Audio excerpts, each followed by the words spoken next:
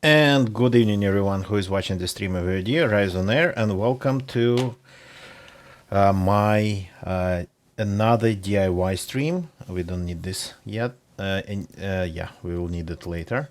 So, welcome to my another DIY stream, long-awaited one. I've been kind of hinting about on this one for quite some time. So finally, it's time to start doing something. Swov, thank you very much for the host. You're the first one tonight. I don't know. I'm going to explain lots of things in the beginning, lots of things, but I will have to be explaining them more and more. By the way, I'm using a new microphone, courtesy of Nicola. It's 10 times more expensive than the previous radio microphone I was using before. So it's kind of like AKG. So AKG is it's not a unknown Chinese brand. So tell me if there's something wrong with my something wrong with microphone quality. So, but this is a new microphone with no. The microphone itself is still Chinese, just because we've had with Nicola I had and he had for quite some time microphones that could be used with these devices by AKG with these transmitters. So, okay, the microphone is kind of new. And if there's something wrong with the sound, tell me right away. What I wanted to say about what's going to happen. So, I've been thinking about trying to build my own UPS of my own kind of design, but and of my own characteristics. That's the most important part of it. I'm not an engineer. I have very light acquaintance with electronics. So, and the idea is that I'm going to learn things on stream, just with you, just like just during the process, figuring that out, probably making mistakes, but the overall idea is to, in the end, over course of several streams, many streams maybe, I'm not rushing, to build, create a UPS that I find suitable for my needs. Hey, Migad, good evening, welcome. So I'm talking about low volt UPS, and I'm talking about UPS that you could use for plugging routers, for example, in directly. For example, like basic LED lights that don't consume much, and working outputting low voltage compared to like mains outlets. So not 110 in the North America or 220 here, 230 in Europe, but well, basically 12 volts, basically around anywhere from 5 for USB to 12 to some routers they use 19. I have a router that uses 19 volts as its power. So that's basically what I'm going to do. Making a basic UPS from scratch, low voltage. It's only possible for me because turns out that guys on AliExpress, I mean guys in China, so smart that they already are producing all main blocks for that UPS. So I don't need to come up with like lots of complicated electronics. They basically produce everything. My idea, my what I'm going to do, I'm going to kind of examine what they're producing, to see what's suitable, what's not, and then use it in my project. So far, as far as I can tell, there's only block that they don't have that I will have to make myself. It's a battery switching unit. That would switch battery from charging to like output when it's needed. Converters, power supplies, step down, step up converters, what's called buck converters, including with voltage control, with current control ones, different indicators. They all have it like in many shapes and forms even. So, and I already ordered a bunch of these things. So, but the first thing here, of course, and I'm only doing this project not just because AliExpress has the majority of the blocks that I can use, but because I have the main thing. I have the batteries. These are expensive compared to everything else that I bought. Well, these are expensive and they are not getting any cheaper. So these days people kind of use polymer lithium-ion battery banks, even created of many polymer lithium-ion cells. And I understand them because that's basically, you can pretty much build anything out of them, any battery you need. But I already have this, so I'm going to work with this.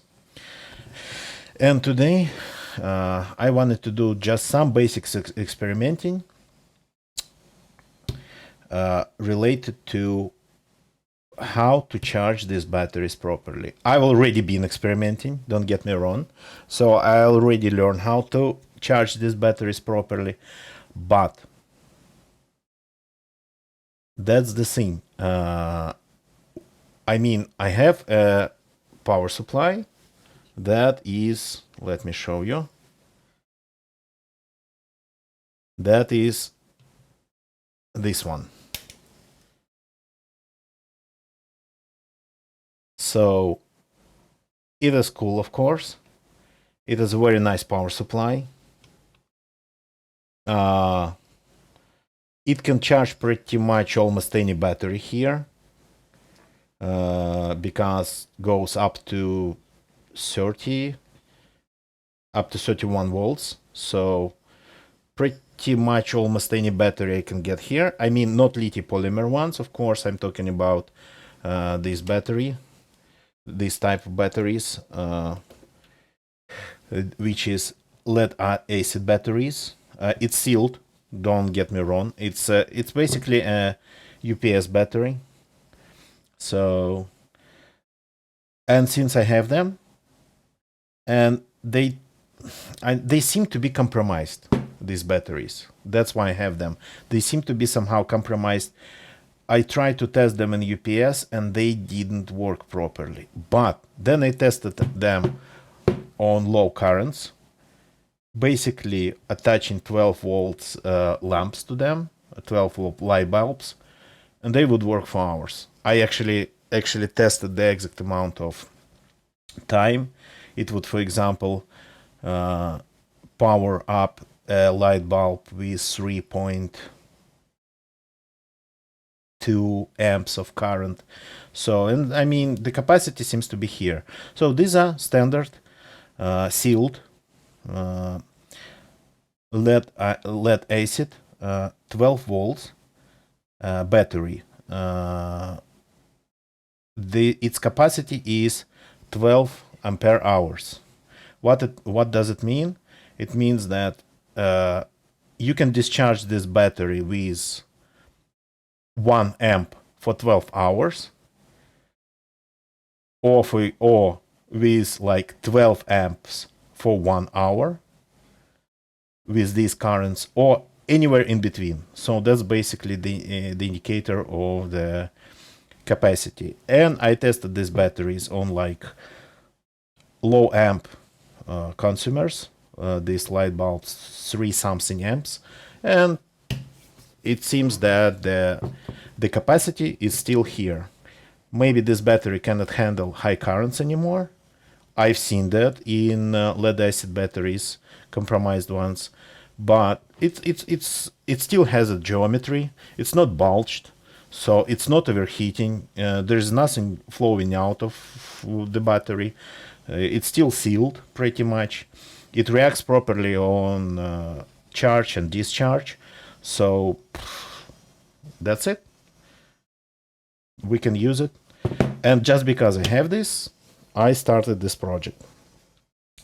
So first of all,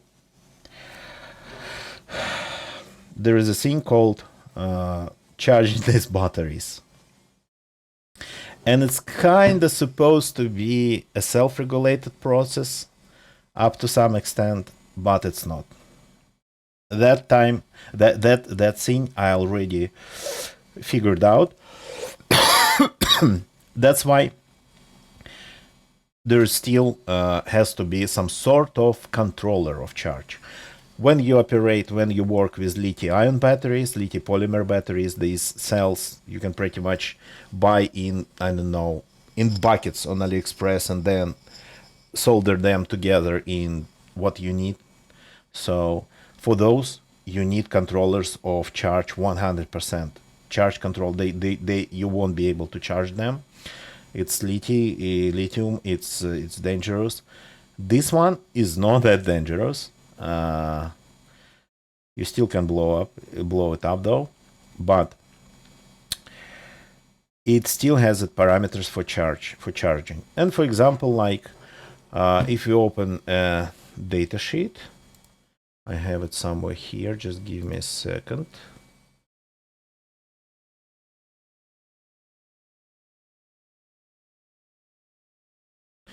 So if you open this data sheet, so you can see lots of parameters for this one. So first of all, like who builds these batteries, they always operate in the amount of cells per unit. And this battery has 6 cells. That's how lead acid battery work. Murder for Hire, thank you very much for the host. It's auto host, but thank you. So, and sometimes they would just would basically describe the parameters in per cell. So if you have like a battery with 6 cells, like we have here, see, we have 6 cells here. You just gotta multiply it by 6 or whatever, divided by 6. So cells per unit 6, voltage per unit 12. Capacity 12 ampere hours, we know it, it's on the side of the battery basically. Weight, yeah, it's pretty heavy. So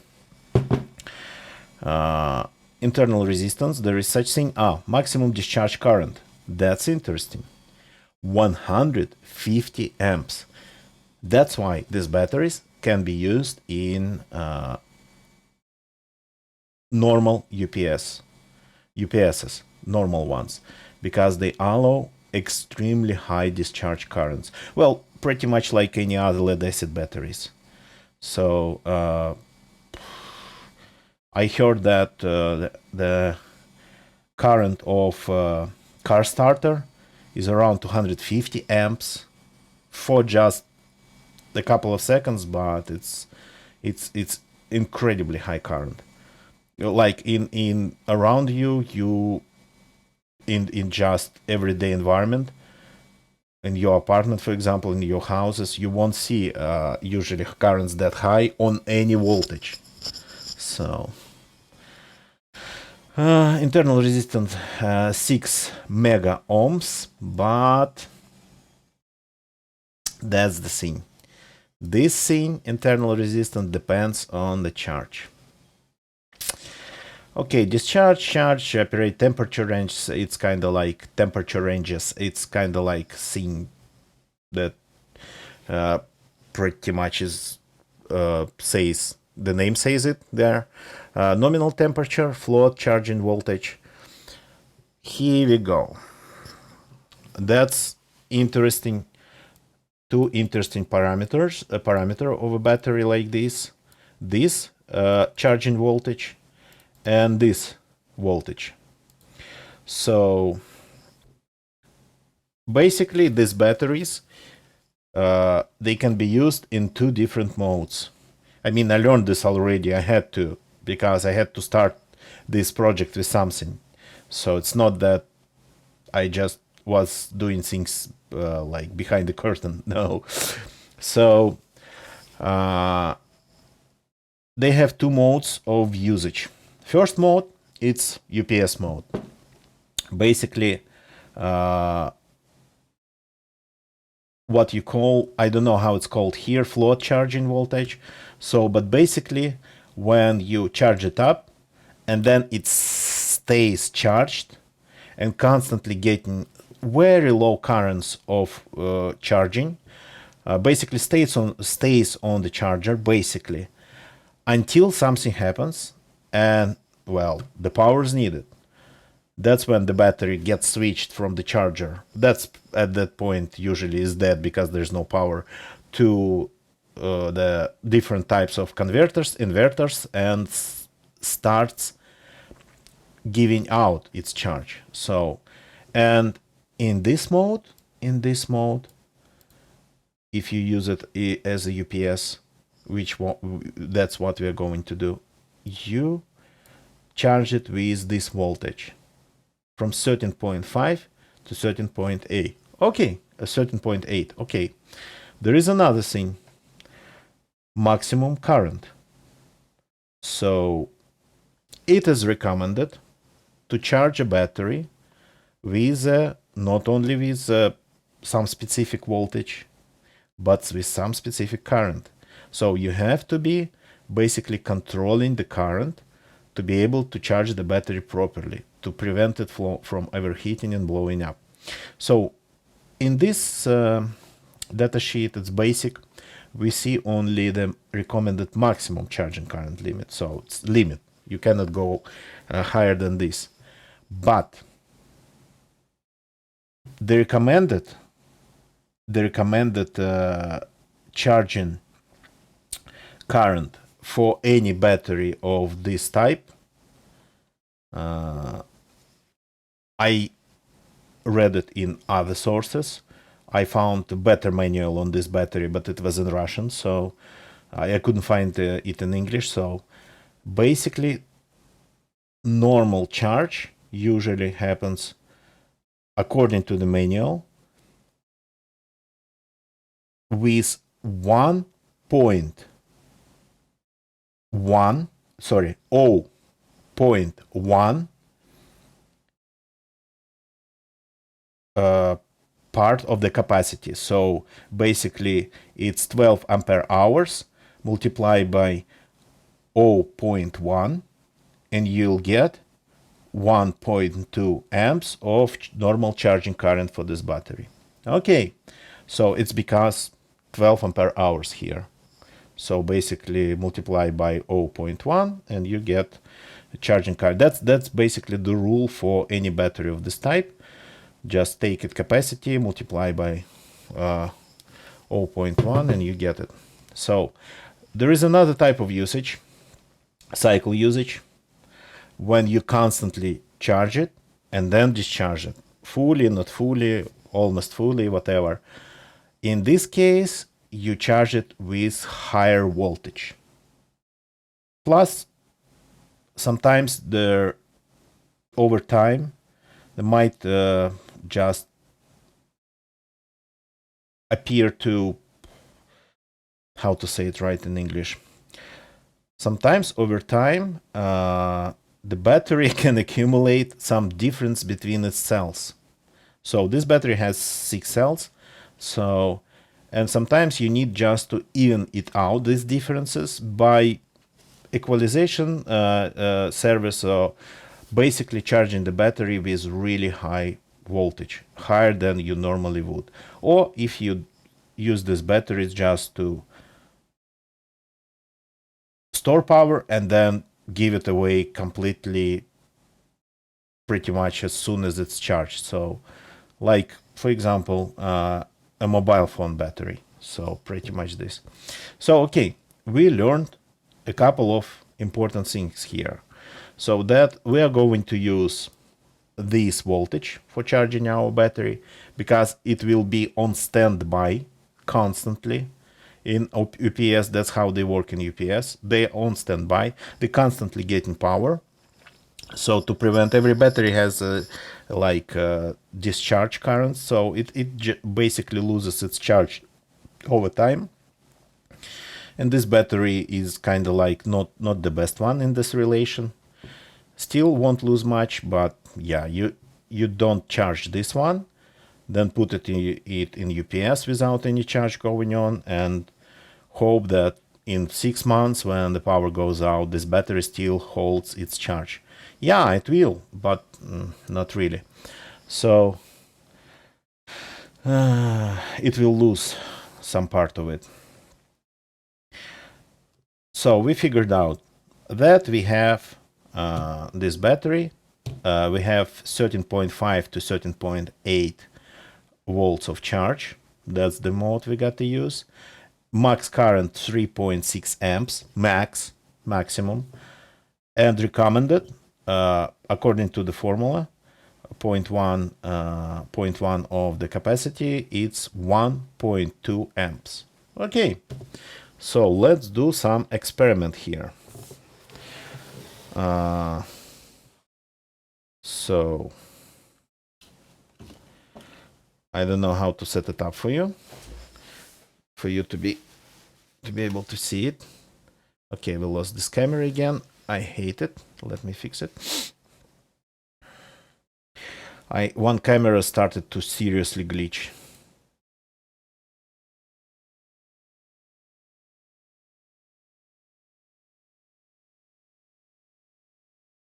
Just let me do it. Let me fix it.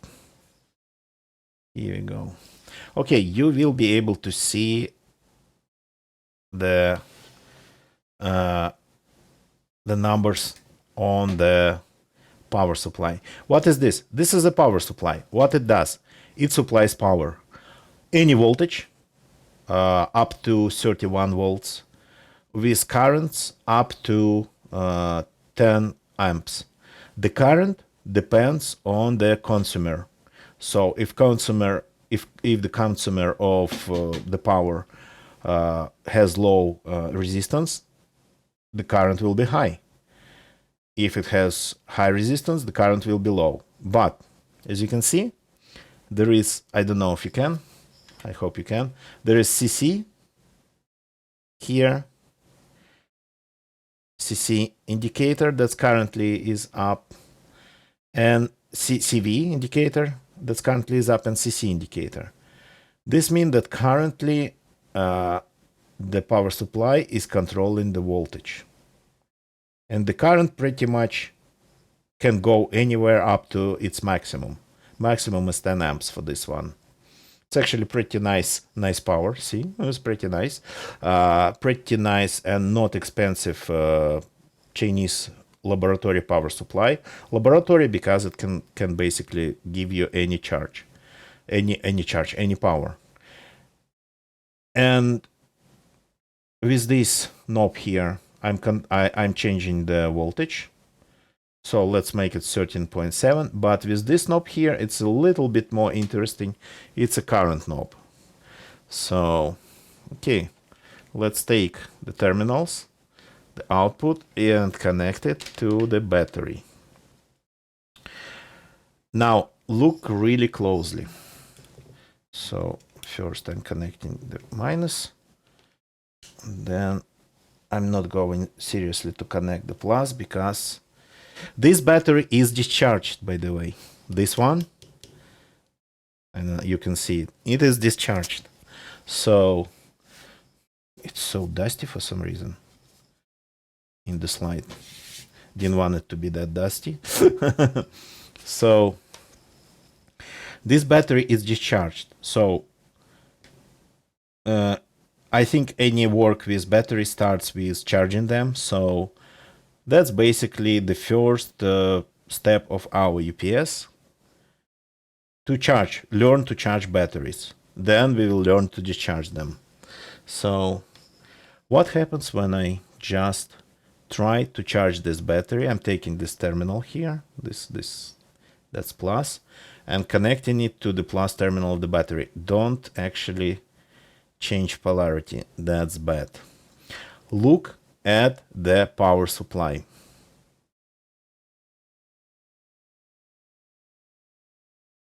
The current is 6 amps. Yeah, it's taking charge, but the current is 6 amps. That's twice higher than the recommended current. More than that, more than that. This power supply here, it's a good one, and it can handle 6 amps. It can handle anything up to 10 amps. But the power supply that I'm going to use in my UPS, it's low. It's like low power stuff, low wattage stuff. So it won't be able to handle 6 amps of current, and at the same time, actually not only charging the worst case scenario, charging the empty battery, and at the same time supplying power to the load, to the consumer, to the consumers of the UPS. So that's kind of a really bad thing. First of all, we don't have this current. Second of all, the battery in fact cannot handle this current. So now that's where controlling current knob goes in. So we can actually lower, and a little bit of theory first. So these batteries, in theory, that's why they're considered more basic than lithium-ion lithium polymer batteries. Hey, me God, right question. We'll get to it in a second. That's what I'm doing basically here.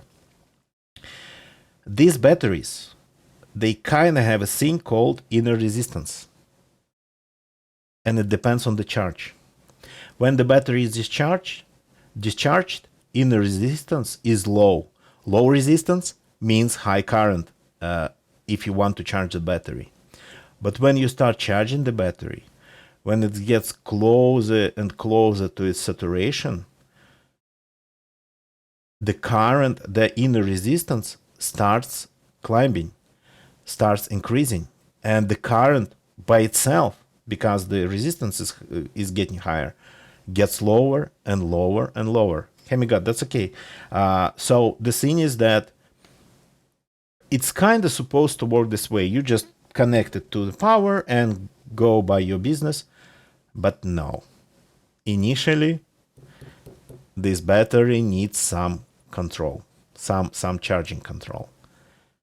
So that's where this current knob kind of starts playing very serious role.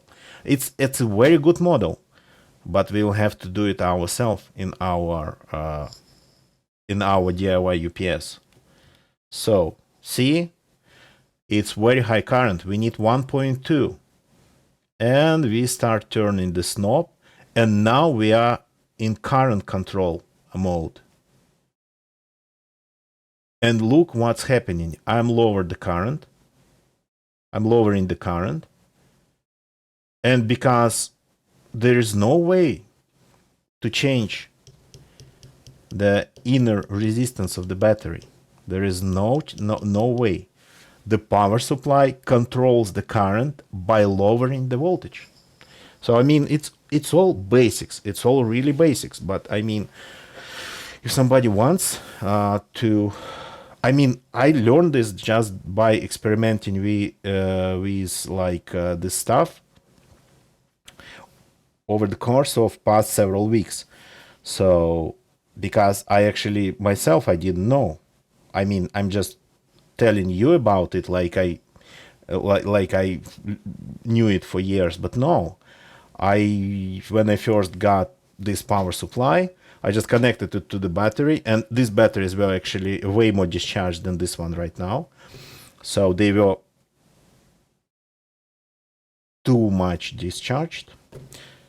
And this device, this power supply just went into like current protection mode, because the current was even more than 10 amps with completely dry batteries. So discharged. I was like, what? And then I started, well, basically learning how to charge them properly. So here we go. I mean, that's the basics of it. Russian, how to say it right? Not drivers. In Russia, in Soviet Union, you couldn't be just driver. You had to be a little bit of everything auto. Just give me a second. You had to be an auto car enthusiast, basically. So that's how it's called. And yeah, people who still charge their car batteries by themselves, that have chargers, they know about all this stuff. But I never had a car. I never had a lead acid battery, lead acid battery to play with, and I never had basically a power supply of this type. This is my first lab power supply that I bought literally a couple months ago, ordered it on Ali. Very nice, sleek, and pretty powerful device that does everything that you need from a power supply. Homeless, good evening, welcome. Yeah, unfortunately, you just missed an explanation. But basically, it is voltage control or controlling voltage and current control. You literally, like, I don't know, maybe 10 minutes after I just explained it entirely. So basically, when you just in normal mode, you change the voltage, and this is called voltage control mode. The current can go all the way to the maximum this power supply can provide. It's 10 amps maximum, so the current depends on the load. But when you cannot allow the load to consume really high current, and this battery cannot be charged with currents more than 3.6 amps, and look, I start charging it without any current control, and it consumes way more power than it's supposed to, than it allowed to. That's when current control mode gets really useful, and you can lower it all the way. You can lower the current all the way to the level that's acceptable for this battery. And standard everyday maximum current of this battery load in like buffer mode, in UPS mode, it's 0.1 of its capacity. So that's why 1.2, because it's 12 ampere hours battery. That's kind of standard rule. So this is what CV and CC: controlling voltage, controlling current, controlling volts, and controlling amps. Okay. This is a very nice device here we have. I actually, and by the way, there is one thing I cannot show you. I wish I could, but the battery will start getting charged over time. So this battery here. So it'll start getting charged over time. Its internal capacity will start to raise. It'll start to raise. The current will start to drop gradually. But the device currently is current control mode. It should, whatever it takes, it should try to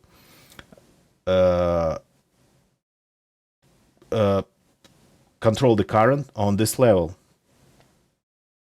It would take it 12 hours to charge at 1 amp. I think it in fact takes way faster.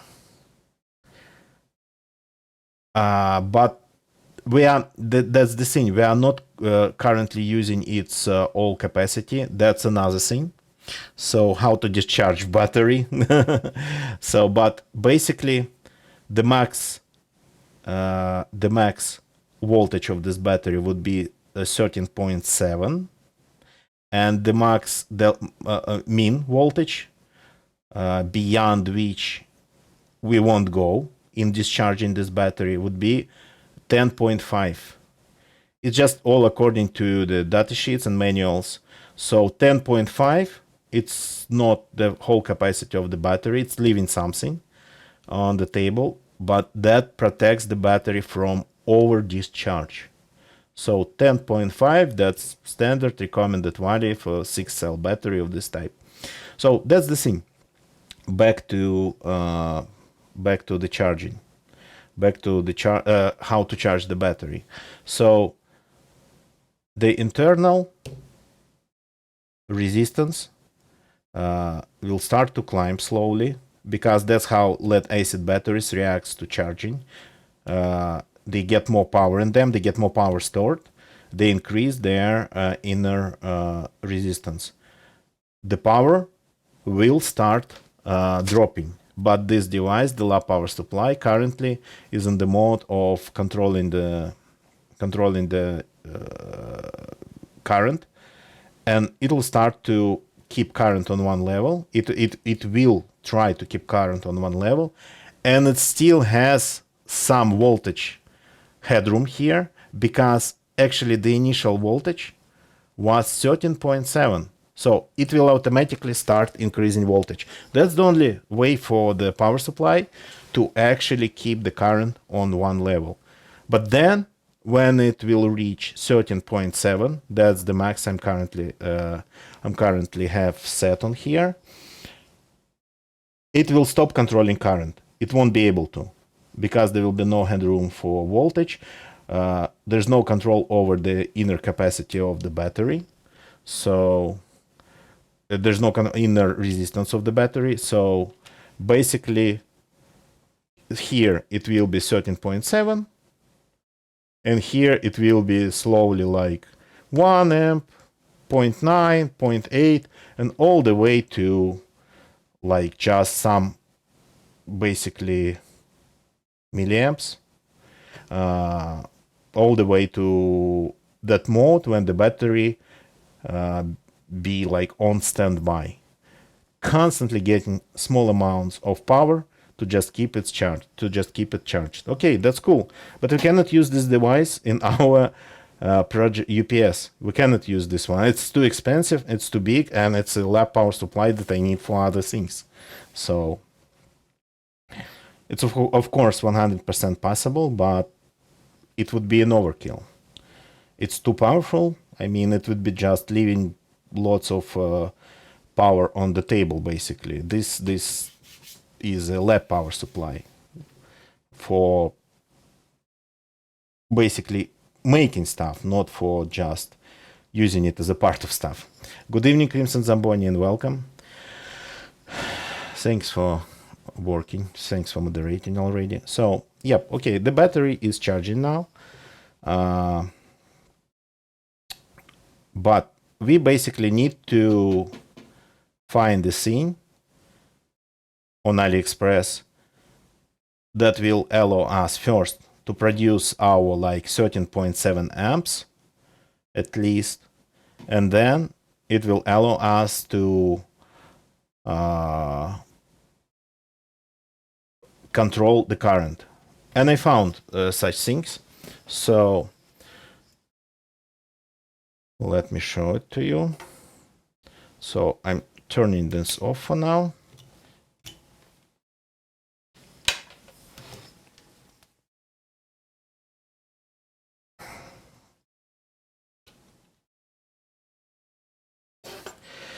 So this is a power supply that you can buy on AliExpress. And I mean, Chinese industry, I suppose, produces like tons of things like this, all shapes, all forms, all colors. and all, of course, characteristics. So what this thing does, it is, as you can read, I hope you can, yeah, it takes just your standard mains AC from 100 to 240 volts and turns it into like 12 volts. Unfortunately, it's only for amps, but I think I'm not going to go any higher in my project, in my low voltage UPS, than like a couple amps of current on the load.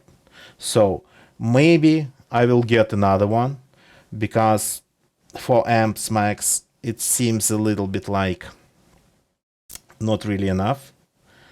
So I prefer to have some headroom. There's no headroom here. So maybe I will order one that that is like 6 amps, 8 amps. Actually, I can show you the page if you give me a second. That's what I bought. Just give me a sec. It's them. So you can buy them in any voltage, and you can buy them in any power. So mine is 48. Mine is this one. Maybe I should buy something like this. So the price, you can see, it's like all not that really high at all. So okay, this is the first component.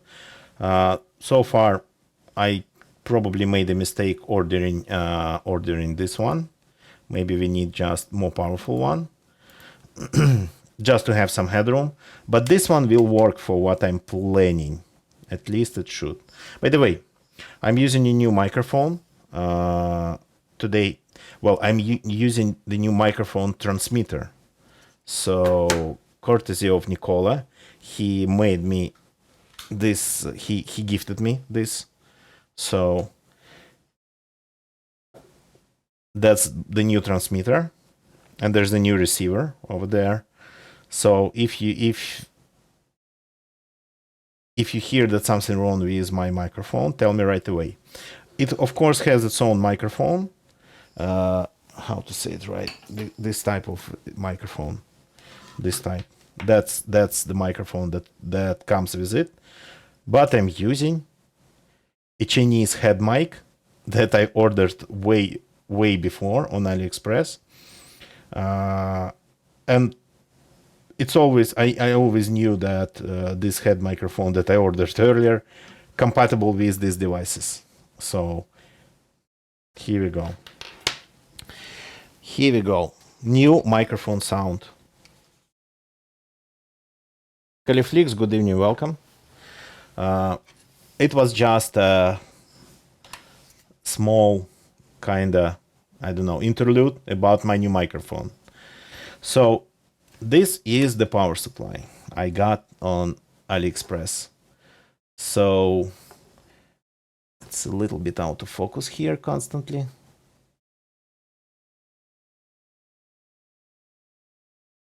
Yep, that's way easier to show. So it has a bunch of terminals here, and it's very simple.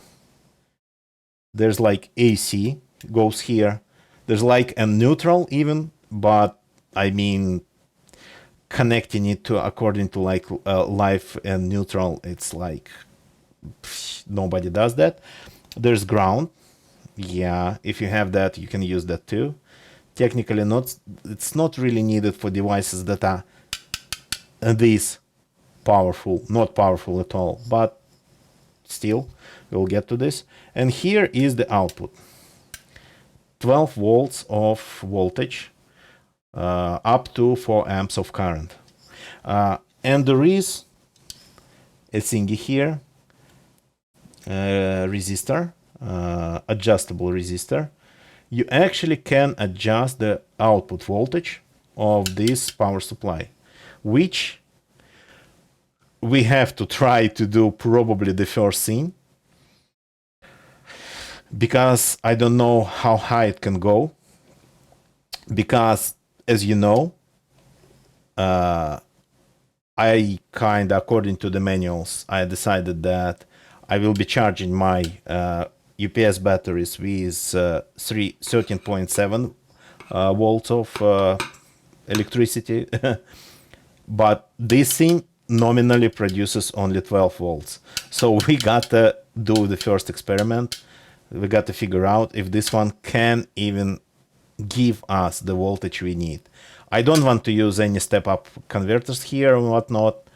If turns out that this thing cannot really do 13.7 anywhere close to it, I will just order the 24 volts one and will use a step-down converter. But yeah, this is like what happens in the future. For now, let's connect the thing and let's see what it can do. So here we're going to play with mains, which is always dangerous. Here I have pretty much a killer cable.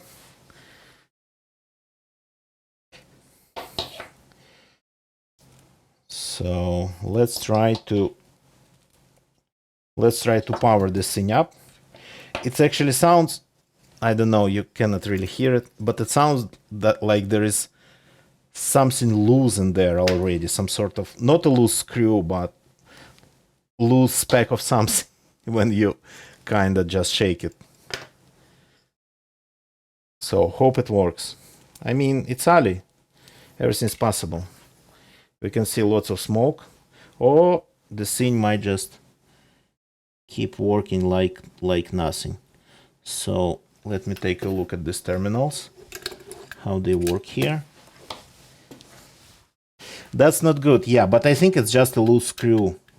Maybe in this group of terminals here. Maybe somewhere inside. Maybe there's like a loose screw somewhere. I mean, not entirely loose, just a little bit. Oh, they are so small. These terminals are so small.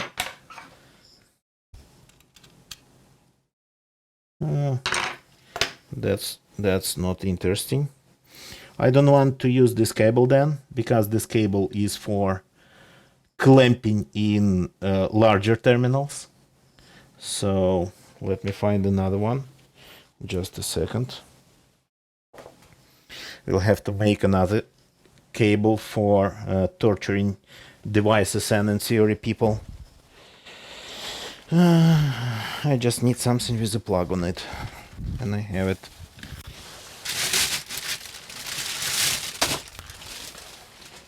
Just got to check what I have.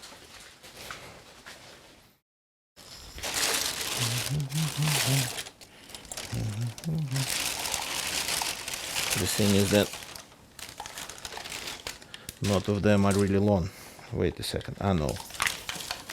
I just want something with a plug already. I don't want to attach a plug to a random cable. Something long enough that I can use.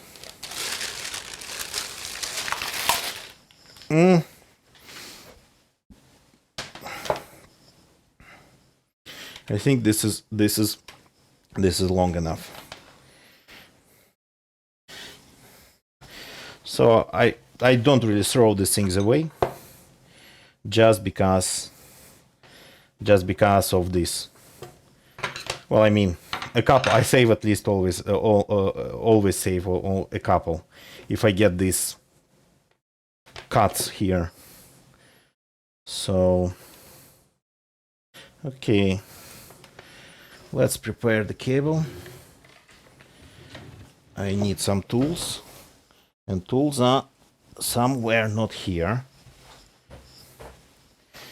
At least I need a knife. I usually just do it with a knife, strip the insulation. That's not a big deal, but I always kinda do it too carefully. So just to avoid cutting the wires themselves.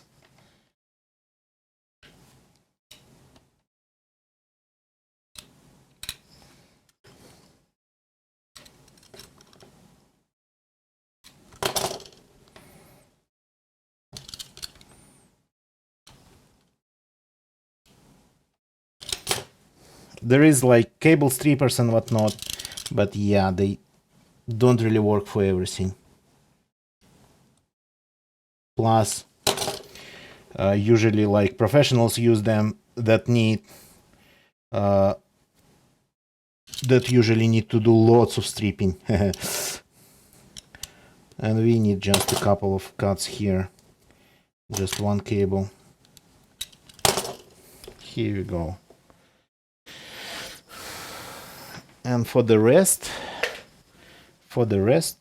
so yeah, this is standard standard color coding for power cables, AC power mains. So this is the ground always, the earth, the ground, whatever, and the one's kind of live and the one's kind of neutral. But since you, well, at least in European countries, and actually in the States too, you can plug it like this, you can plug it like this. So these ones, they kind of just... I've seen only one device in my life that had to be connected to the mains, only like neutral to neutral and live to live, or whatever you call it. So only one device, and it was an AKG device, electrocardiography device.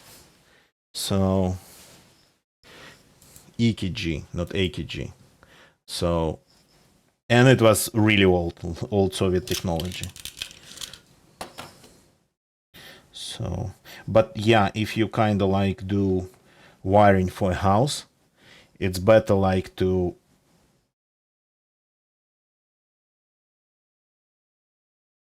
do it consistently and to have your phase, have your live where you think it is live, where it's coded as live, and have your neutral where it's coded as neutral, of course. But home appliances, that's not usually needed. Crap. You really cannot strip them with your hand, with your teeth. I usually do it with my teeth. So, by the way, pretty much the same type of wires, the same gauge or similar gauge I'm going to use for the low voltage parts, because as I keep saying, the current anywhere in the UPS I want to build is not going to be more than 5 amps anywhere, I think. Like the working current would be around 2 amps with possible spikes to like 4 amps, that's max, on 12 volts. So, of course, but we will get to that part, how to get like 5 amps, how to get 5 volts from 12 volts, how to get like 18 volts. One of my routers uses 18 volt power supply from mains, but we are going to power that directly.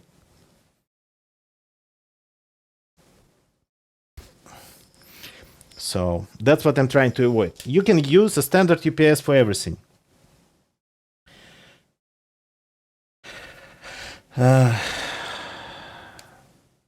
Yeah, it will work because the amps, they go like by themselves. Basically, you got to remember the amps, they go by themselves, and you just don't go higher than your power supply can provide.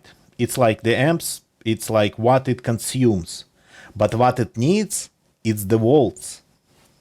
So it needs the volts, but it consumes the amps. So it needs 12 volts. It should be 12 volts.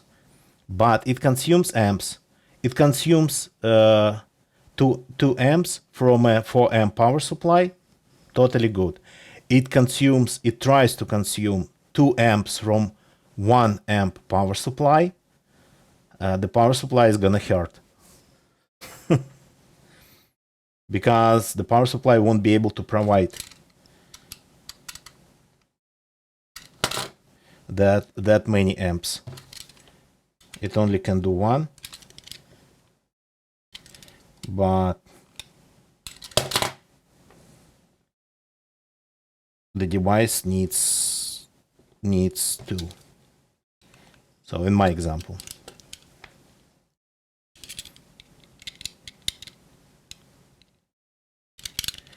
So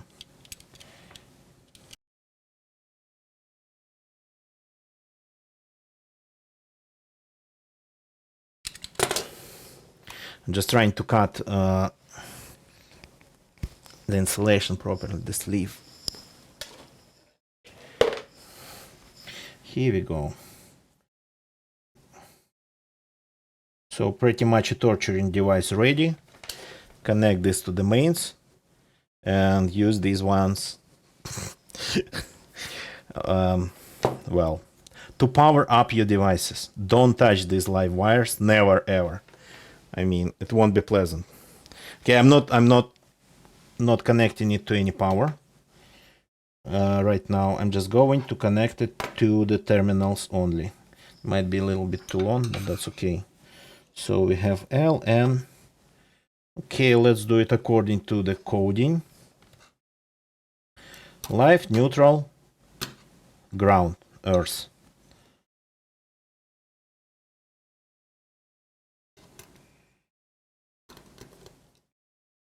Actually, this block of terminals has a very nice code, very nice color. I know that technically you're not supposed to clamp just wires like this. You should have a metal casing on a wire and you should clamp that casing. But I mean, come on.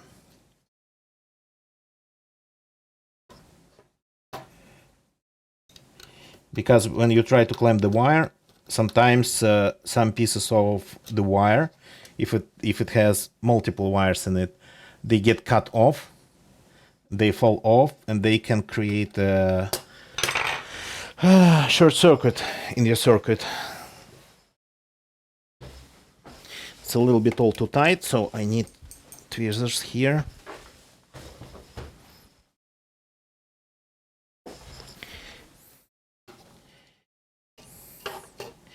So yeah, basically it's a good analogy that all devices, they need volts, but they consume amps. That's nice ways to say, nice way to say it.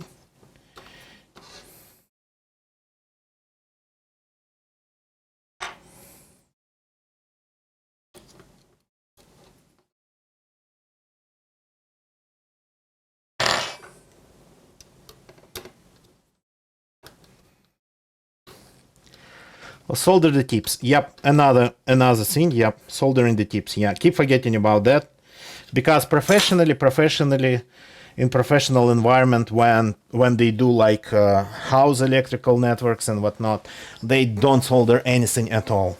They clamp everything. They strip wires with like professional cable strippers and whatnot. So since we have ground on this one, let's connect the ground too.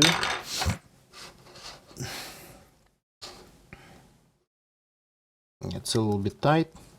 That's why I'm directing it in there with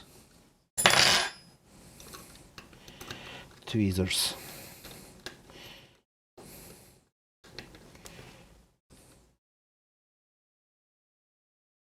Here we go. So we have this device wired up for, well, at least for first test. So I'm going to get me a bar of receptacles here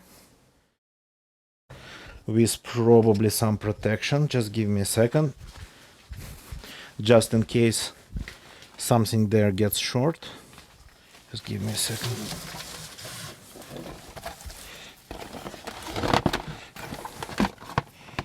Just a second. Just a second.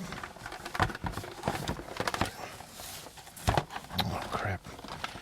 I'm losing Bluetooth audio from the PC.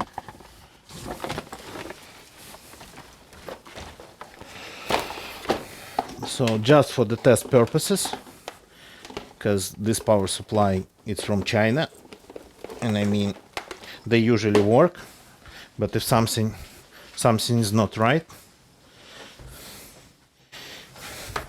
you can use something like this. Hey, hello. I don't have music anymore. Oh no, it's because I was just having one headphone in. Okay.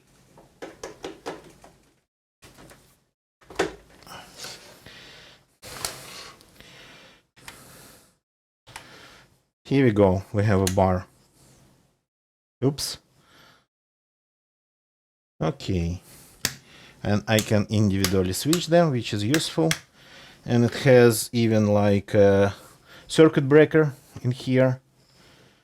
So if this thing doesn't properly work, we will know it right away. So let's try to test it. Okay. Let's see if the magical smoke, if it can hold the magical smoke. And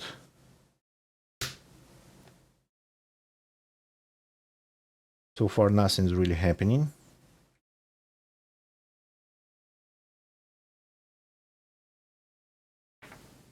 No noises. And there is a, you cannot see it, but there is a green LED inside of it. You cannot really see it. Yep. So far so good. Now, okay, since it's good, we don't need this type of protection anymore. There's something loose in this one too, by the way.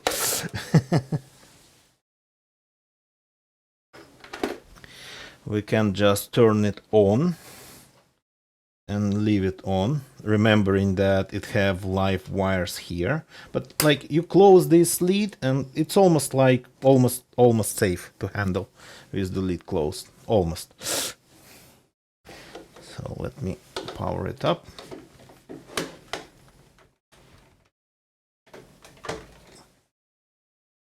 Here we go. It's online.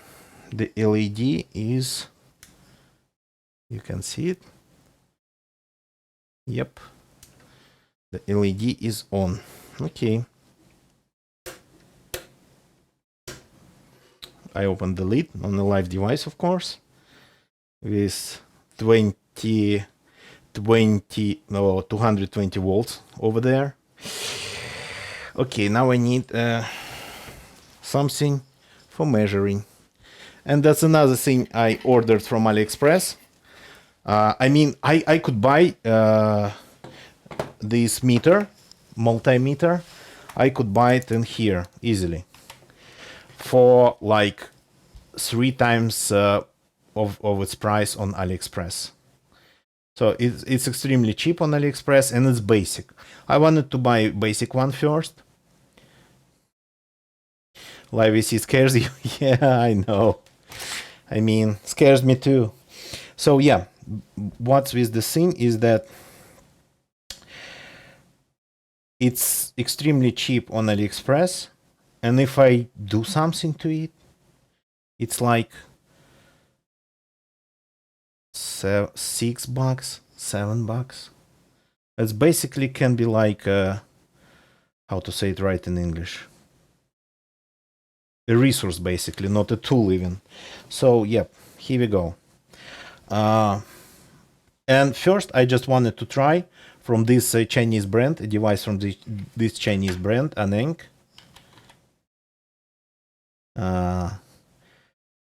If it's good, I maybe buy something better from them, something more featureful. For example, they have in this form factor, of course larger, but they have like small oscilloscopes, electronic oscilloscopes. And I'd really want one, since I sometimes try to figure out the things related to sound, be able to have ability to see the sound, to see the noise. It's kind of like a good thing. And again, it's not that expensive compared to just going to a shop here that sells stuff like this and buy it here, buy it there. Okay, so you can see it perfectly. That's good. Let's measure the output of the device. Oops. Okay. Already a problem. Chinese, how to say it right? How you'd call it, these things. One got disassembled a little bit.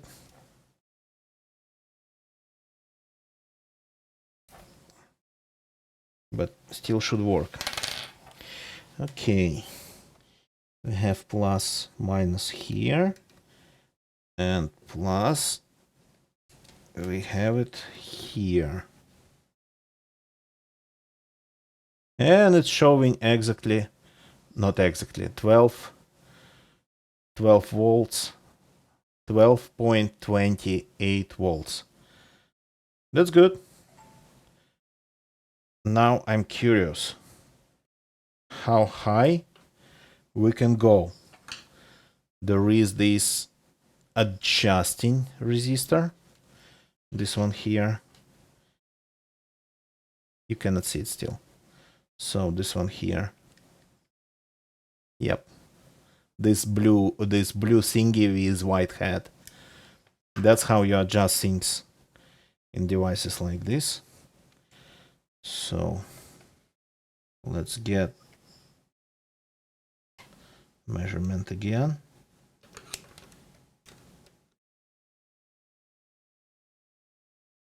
Oh crap.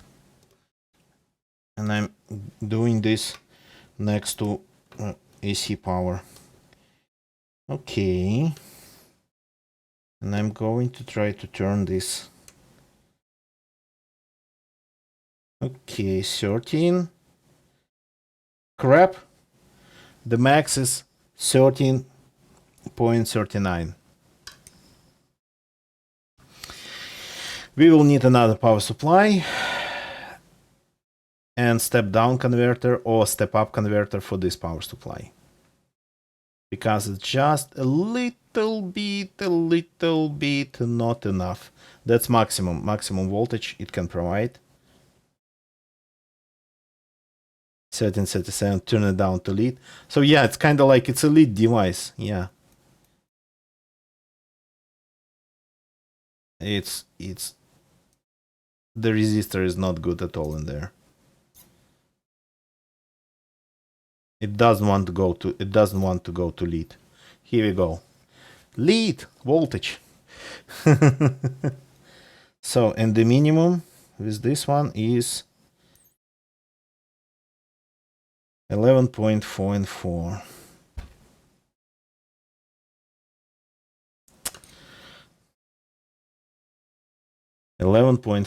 So this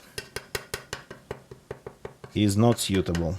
And there is no suitable power supply for us. We'll have to buy either, anyway, beefier power supply and use a step-down converter just to charge the... No, wait a second. That's not intentional, but I might have a solution for this.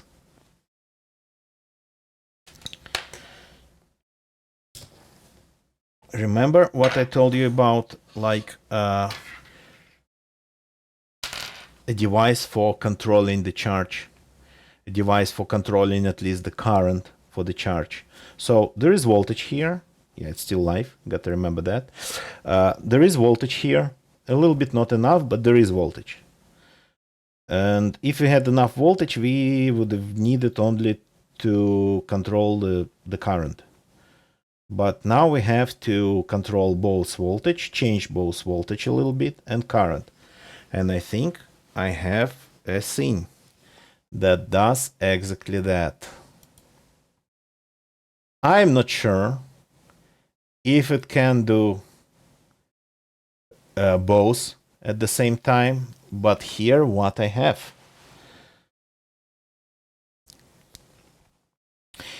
Basically what the thing is supposed to do. There's two regulators here. It's two variants of it. The black one is a little bit beefier one, as far as I know. So, but what it does, you supply it some voltage, and you can control the current and the voltage with these knobs here, micro knobs. So this is like another.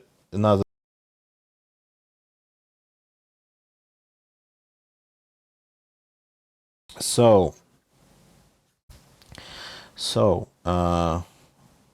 and I have one of these. Just let me find it. Technically, lost mic for a second. Yeah, I know. Technically, they can change the voltage. Not only limit the current, but they can change the voltage. Let's see. The documentation on these things is really bare here, as you can tell. So I just disable maximum 5 amps. Okay, cool, nice, amazing. But whatever. So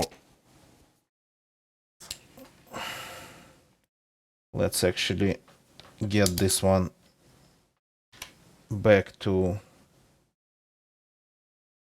12 volts. Just exactly 12 volts.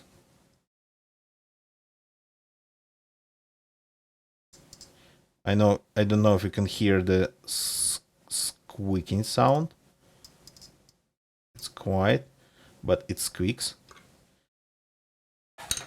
Here we go, 12 volts now. But I will need another one anyway. This one is simply not powerful. It's just enough, and I don't like when it's just enough. I always want to have some headroom.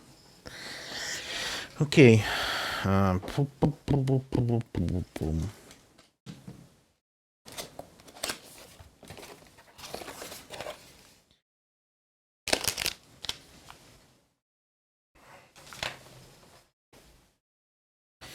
That's how things get shipped from AliExpress. No, I mean, they know how to ship to Russia. If it's something fragile, they'll pack it good. They'll pack it really good. It's just not really that fragile. So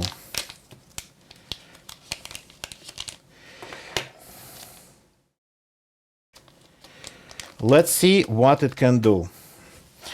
Let's see what this can do. If it's step down, then we cannot increase. If it's step up, then we can. I mean, if you find documentation on this component here, it's step down, so it cannot go higher. Freaking hell. It cannot go higher. It cannot go higher than it receives. So again, wrong power supply. But let's at least try. We can, for our experiments, we actually can use our laboratory power supply. So, and we can pretty much order a 24 volts power supply, and then since we are going to use this for controlling the current anyway, we can tune it down in here to 13.7, needed 13.7. So it's, yeah, this thing is not really what we need here. I have step up, step down. I have step up converters already arrived from AliExpress.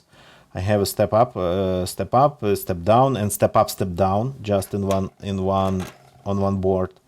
But yeah, not going to use them for this. It's better to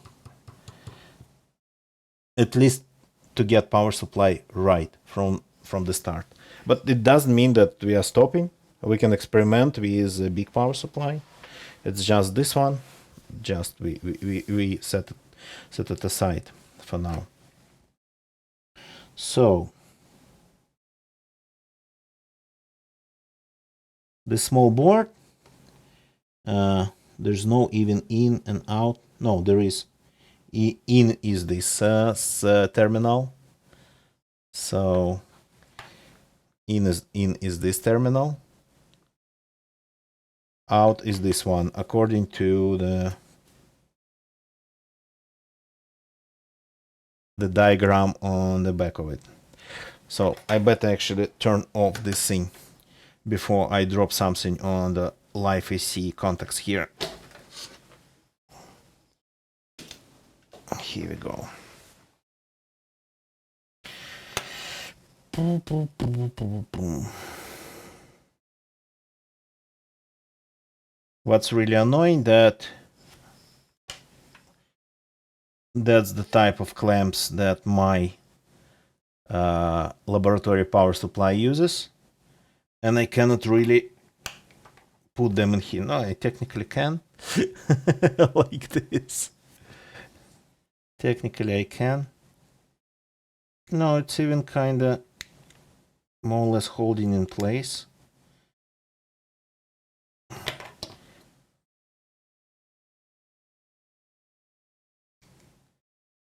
But it's that's grabbing on plastic basically.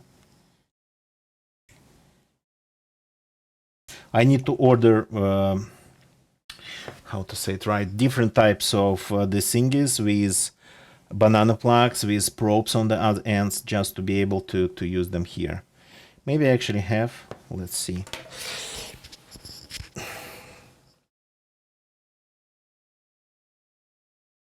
Maybe I actually have what we need.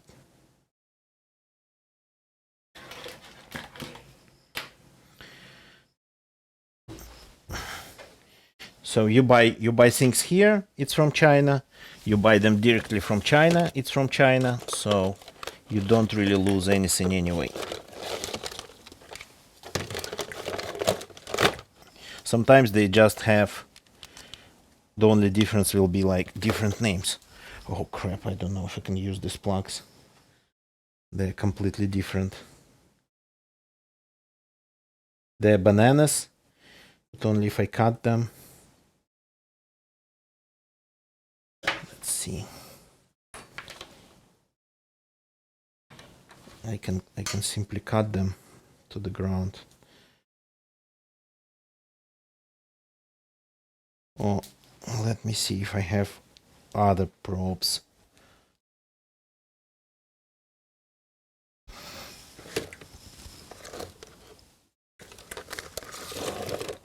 These ones are almost destroyed, but they will work. One has this clamp on the side, holding a pin.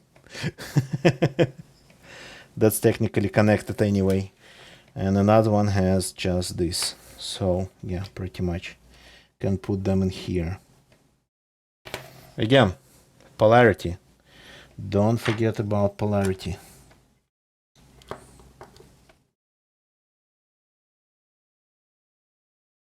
How does this work?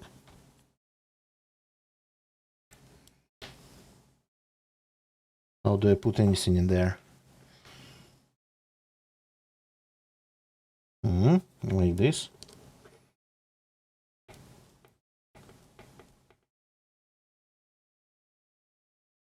It seems that my screwdriver is a little bit too big for the job.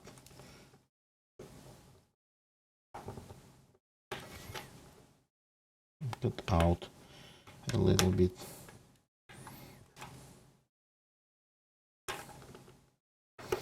I don't like when things get out prematurely.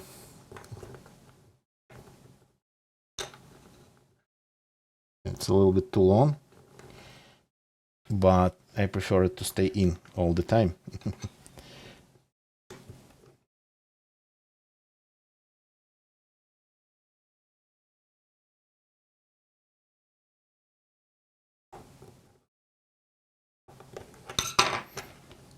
So that's basically what I was talking when I in the beginning told you that they produce everything that's needed in Chinese. So everything comes in these small boards, everything that you might need, but one thing.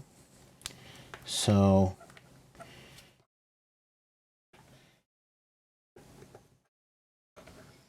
I need another screwdriver. That's I'm kind of cutting off plastic there even.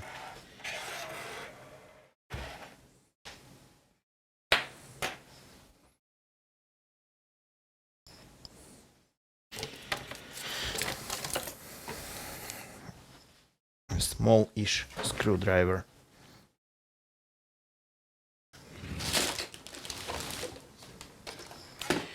Okay.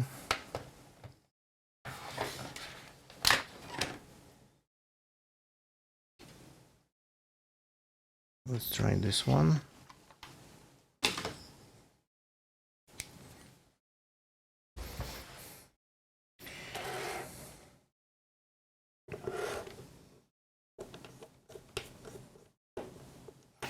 Looks like it works, but a little bit too small.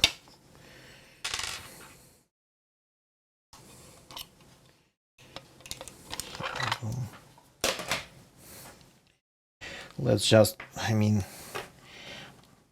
I should probably prepare proper things here. Yeah, and I will have to.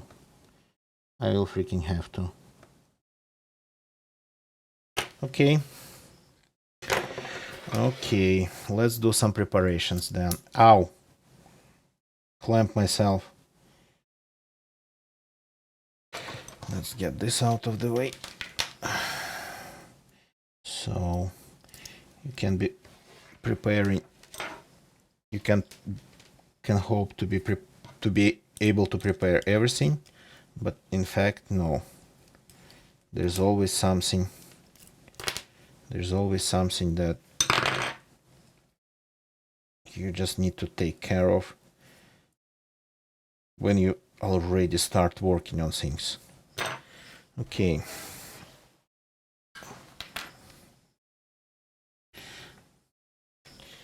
And as for this one, it's so thin that I actually want to solder it properly, cover it with solder.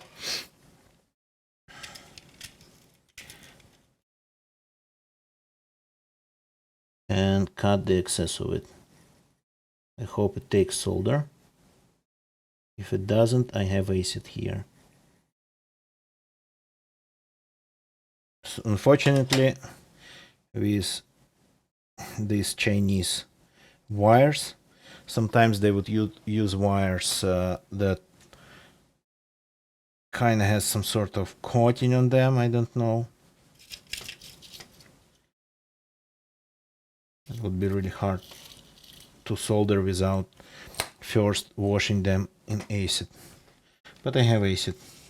Orthophosphoric acid works wonders on things that don't want to take solder. Sometimes it's just temperature. It just needed a little bit of temperature.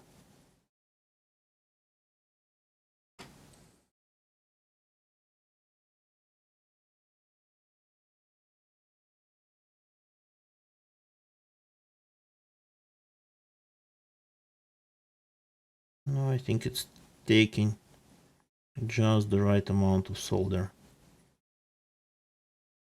It's thin, so that's why I'm soldering it.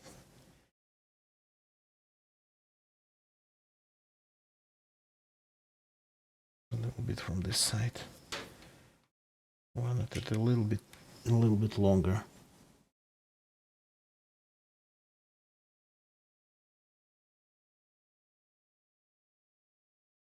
Here we go.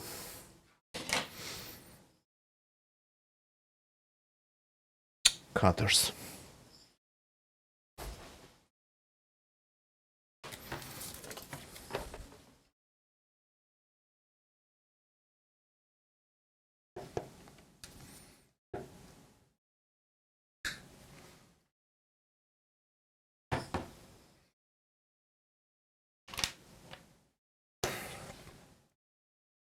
It's holding in there. It's not coming out.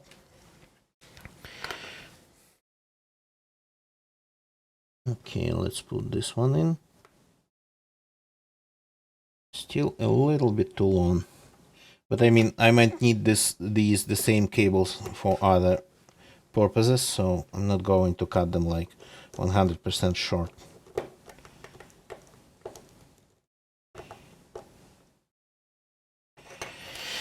here we go. We have in. The black is minus, the negative, the red is positive, plus. Everything's right, everything's right. Let's see if we can make this thing at least do something, at least not to just blow up. So let me prepare it for you.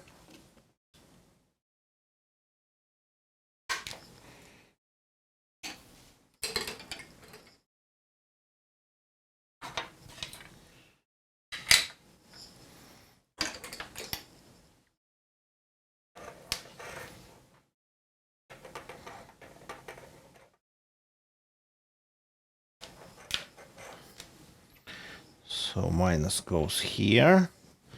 As for the plus, first we turn the power supply on. And let me make it visible for you.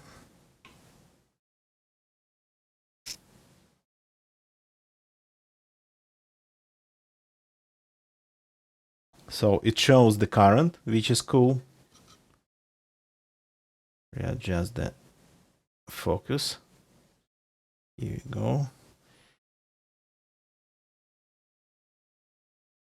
So trying to position it the way that if it gives out any magic smoke, you'll be able to see it right away. Yep, okay. Removing the headphones just in case. So I'm supplying the voltage that I was going to use. We will try with the voltage that I wanted, and then we will try something else. Here we go. It has a red LED that's on, and it is working. It is consuming a little bit of power. You can see 10 milliamps of current it is consuming currently. That's nothing. That's nothing. Actually, there is a thing about discharging batteries. Today we are talking about charging them, but there is a thing about discharging them.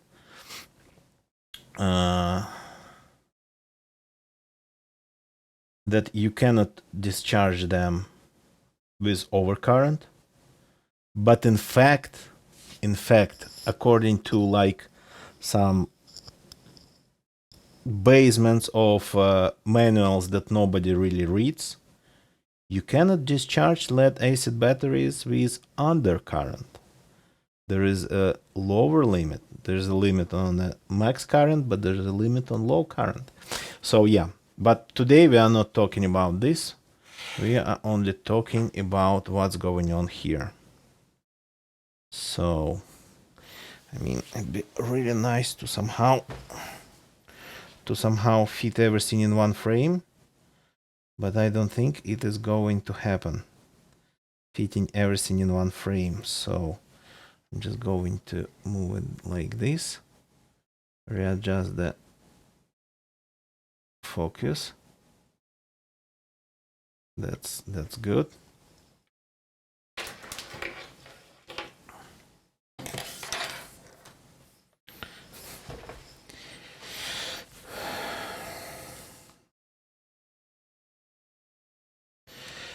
And the rest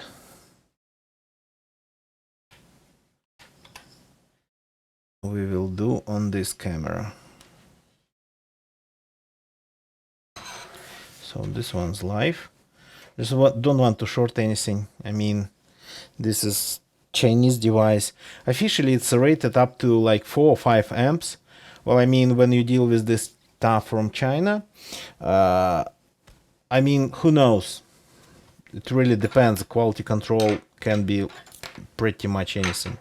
So always kind of divide everything. I always kind of divide the max parameters by 2. So it says like 4 amps, then yeah, I think it's 2.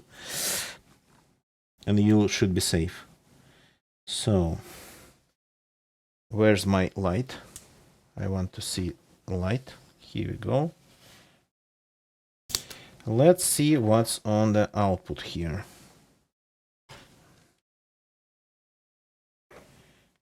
Okay, probably like this.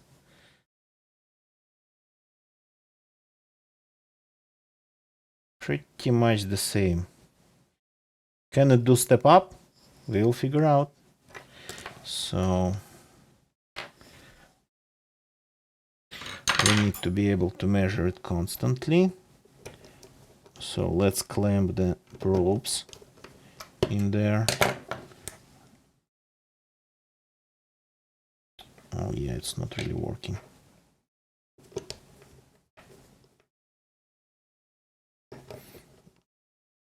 The holes are too small. This is annoying. This is really freaking annoying.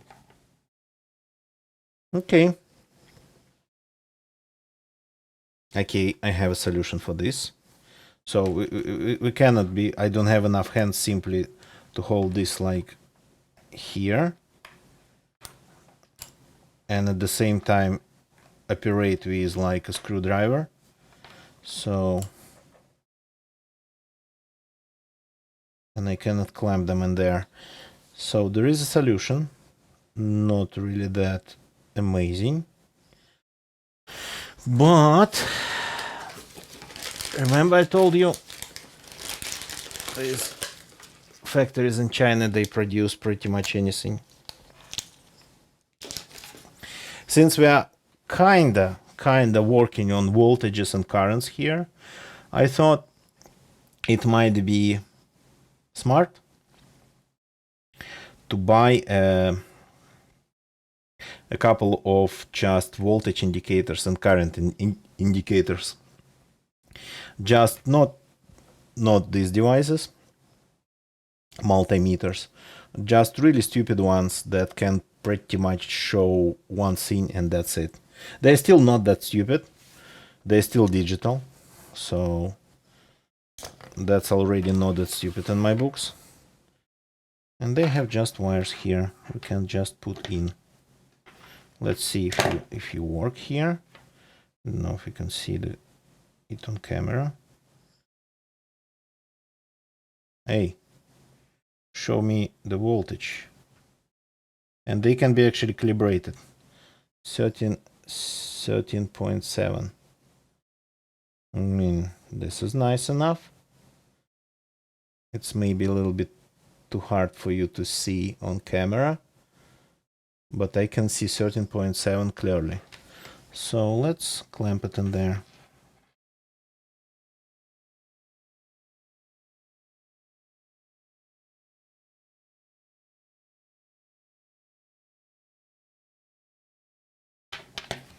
For now.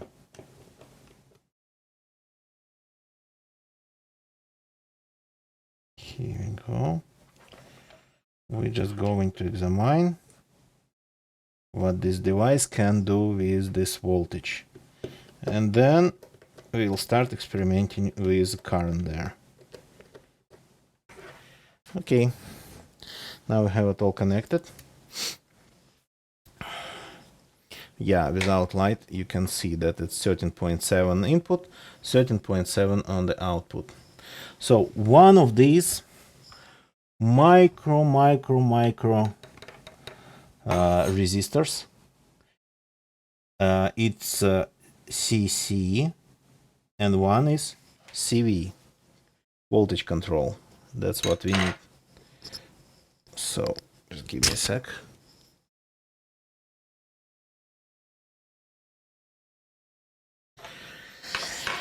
Let's find the one that's voltage control. I need a micro screwdriver.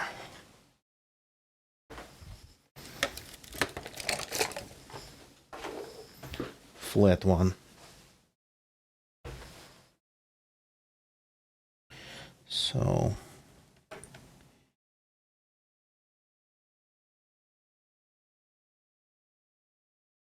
I kind of put it somehow for you to be able to see it. 13.7.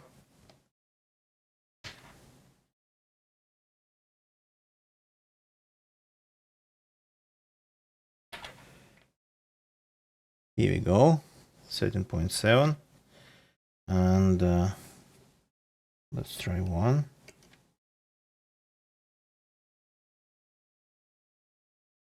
This one does nothing, so this is probably CC, current control. This one as this one. It does nothing too. Okay. This is interesting. Maybe they have like really long adjustment range.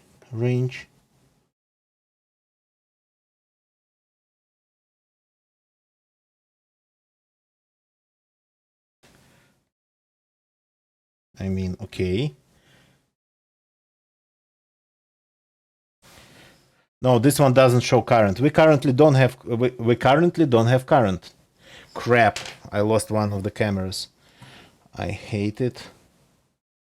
Camera, wake up.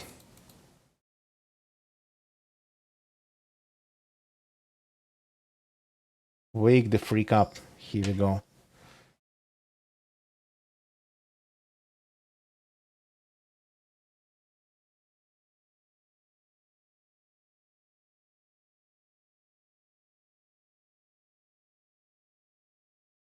Okay.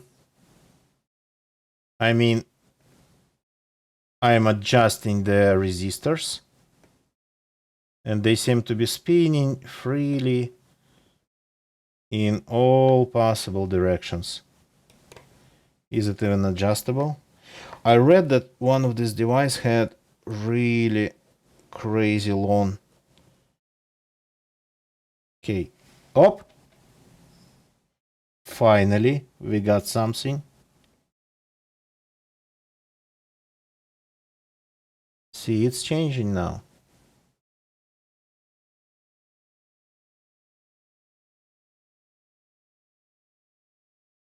Ooh, the granularity of it is kind of crazy. This one doesn't show like 100ths. This one shows only 10th.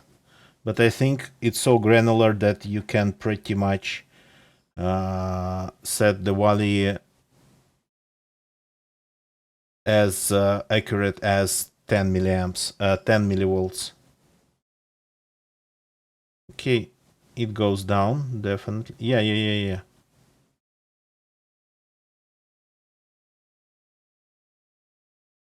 Pretty much. Here we go. So we found the one that's CC, that's CV, and then the another one is CC. Maybe this one actually is CC too. That's the thing. Without lot, it's hard to tell.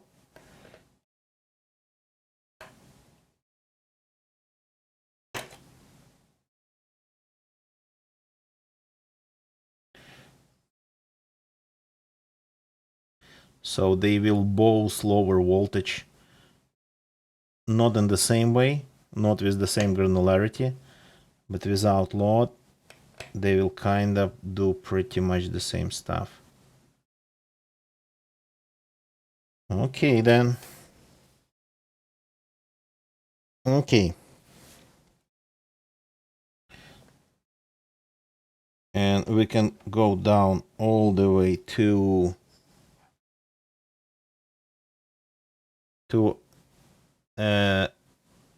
well, I mean, this indicator stops working on less than 2.5, I think.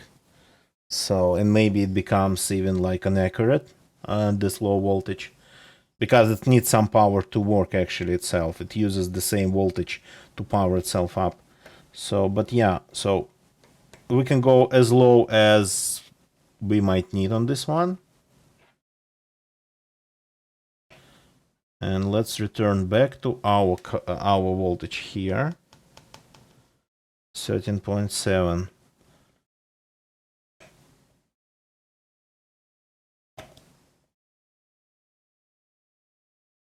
These resistors, they're really granular.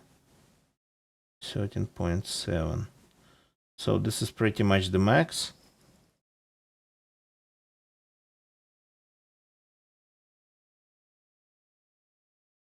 I had to keep turning them and turning till we ended up getting getting the reading changed. Okay.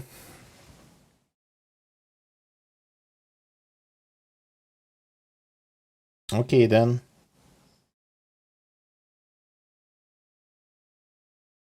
Now we need to start playing with currents. This thing demonstrated that it can regulate voltage, the small thing, but can it regulate currents? That's what we need for charging our battery.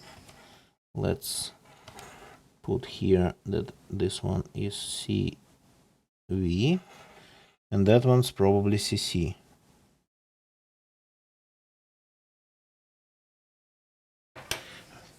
Just labeling the resistors. Okay.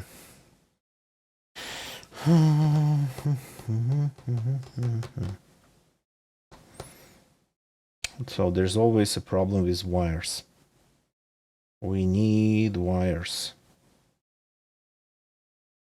We simply need wires to connect everything that we want to connect. So we can experiment on the battery itself right away, or we can experiment a little bit for a start on just a light bulb.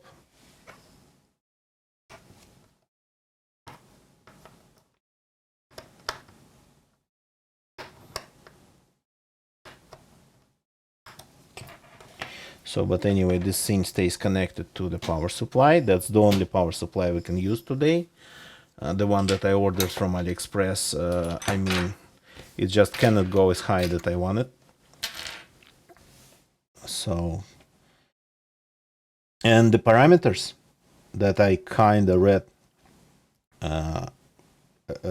in the manual for the battery, how to operate the battery, how to charge it, and how to discharge it, they're really like, how to say it right? What's the right word for it? Let me remember. Just give me a second.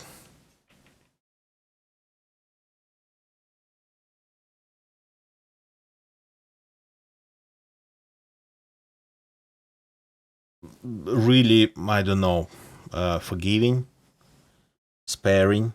So it's kind of like really reduced ones just to keep battery operational for as long as possible. I mean, perfect parameters basically for its functioning, just according to the manual. So, but there will be other problems on the way that will make these parameters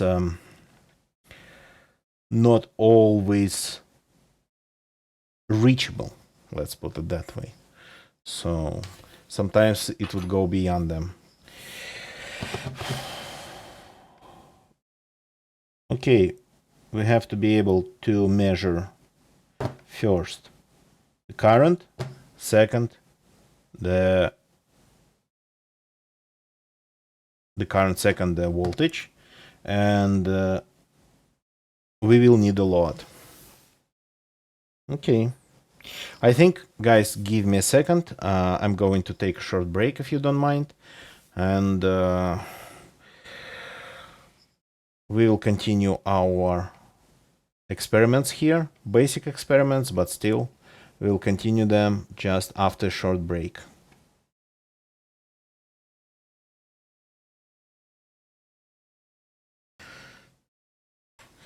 Okay, I'm back. Thank you very much, guys, for waiting for me. Sorry for some physiological details, but I have been sweating like a pig, and I couldn't realize, I couldn't understand what was going on, and it was just a really high temperature in the room because we have plus outside. Thank you, Hemigod. We have already plus temperatures outside, so in degrees of Celsius, so +1, but the central heating is still going like at full. So yeah, I just had to open the window, and because I'm just extremely extremely well, thirsty, not extremely thirsty, parched, I guess, let's say. I mean, every time, by the way, whenever I try to do the streams, I actually get thirsty really fast. So here's something to quench my thirst. Not an energy drink tonight. So if you can get a German non-alcoholic fresh beer, German Weizen beer, then it's bad non-alcoholic because they invented it. Cheers.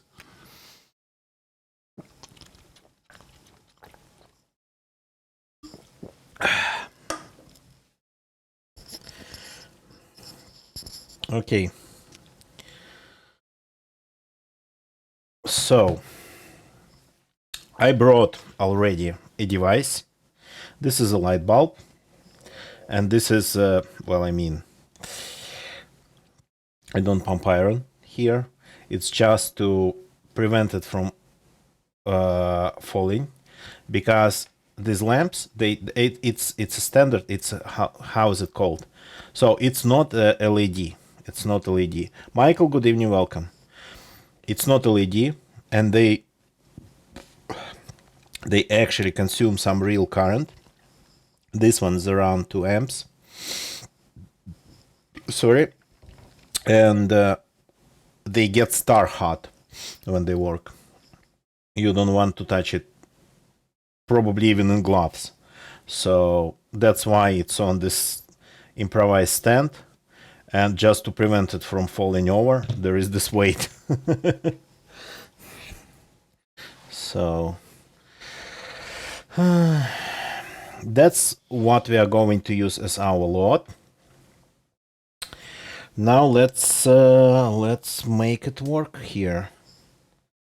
So this thing actually might get a little bit too bright, I suppose. So we need voltage and we need current. We need to see all these things, which is going to be again a little bit hard. My own me, yeah, pretty much, Microsun. I don't remember how they are not like standard light bulbs. They are something more different. That packs pretty much a ton of heat, a ton of light, and really small, and really small casing. I don't know how it's called in Russian. It's English, and it's in English, but it's all halogenous, halogen. I don't know, guys. Correct me here. Find the right word. So we will have to be able to measure the current just to see. We are just checking if the thing halogen, okay, if the thing works.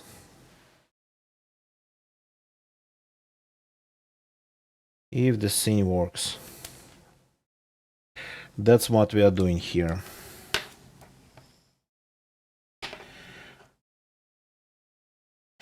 This is annoying that I cannot do this, and I need to do it.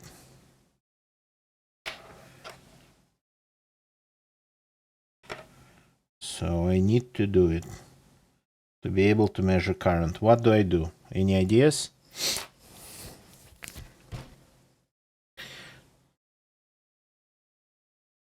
Okay, I can do something like this, and then I can use a piece of wire just to go in there. All right. Yeah. I need to find. The thing is that I don't have wires of this type. Just give me a sec.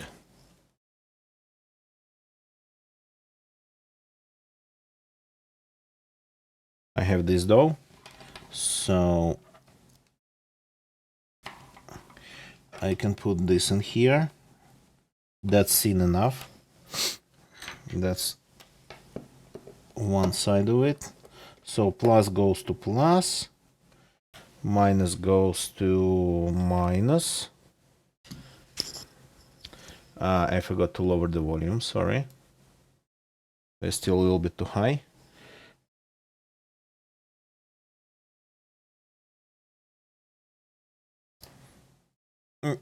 This light bulb, of course, doesn't have plus and minus. That doesn't have polarity. So we can just do this. So we will be able to see current this way.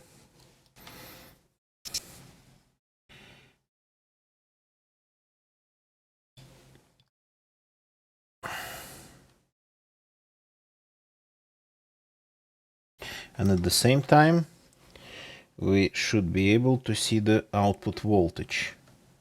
Right? Right. So we gotta actually put these in the same terminals.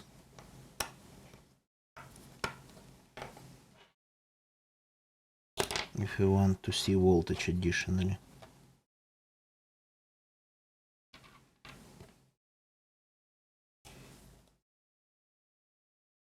And if you want to see it continuously, not just measure it once and forget.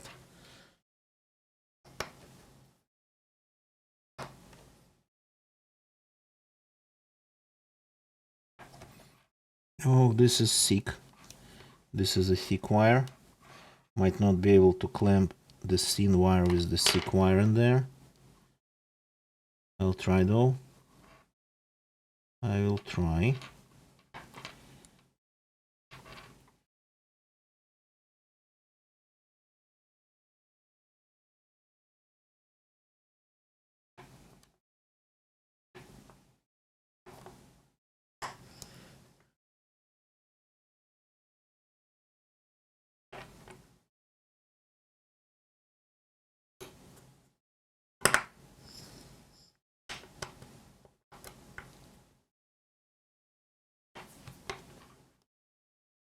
Yeah, the thin wire doesn't want to stay in there with the thick wire.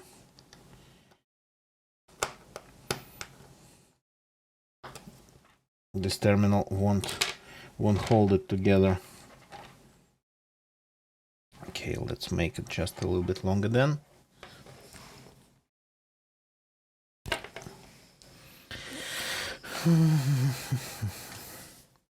Didn't want to do it, but and then we just do it like this, one around another.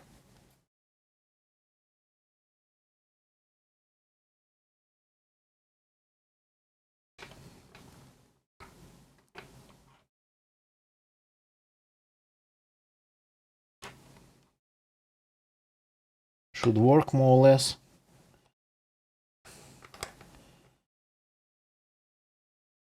Here we go. Everything's connected. The amps,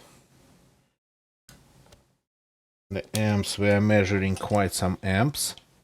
So it's 2 amp range here. Everything seems to be ready. Let's first start with the power here. So it's only step down. So if I lower the voltage, it won't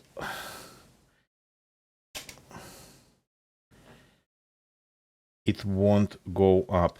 So let's start with really low voltage here. Here we go. We have 5 voltage output, 4 voltage 5 volts of output, 3 volts here, 4.3 volts, 5 volts input, 4.3 volts output, and the current is currently almost 1 amp already. Okay, let's go higher.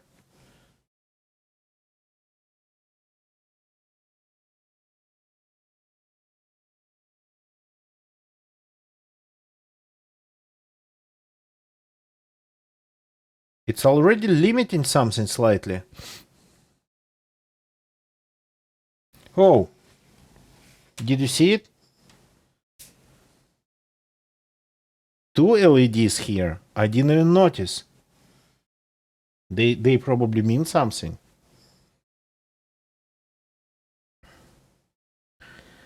Okay. Going all the way up to...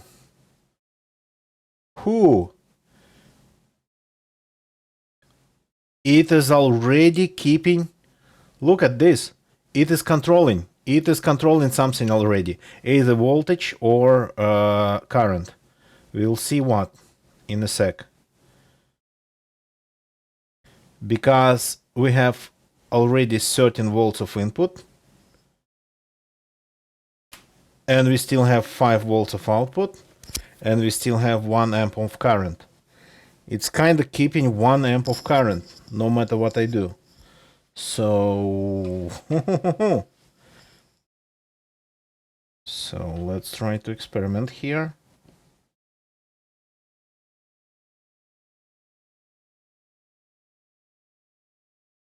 The light bulb is glowing, but it's nowhere near its standard brightness. So it's just barely glowing. It's already pretty hard to look at it.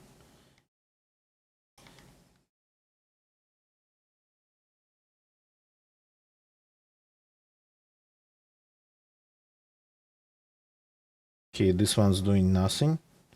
Interesting. Op. Yeah, it's really hard to tell what's controlling what in this situation. I have two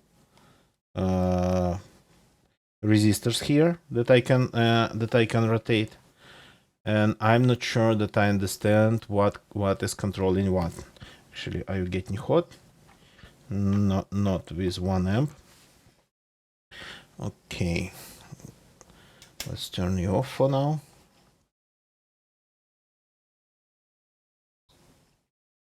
And let's take a look at this controller. Let me find it. Here we go. That's the device in question. And let's just find if we can identify the resistors.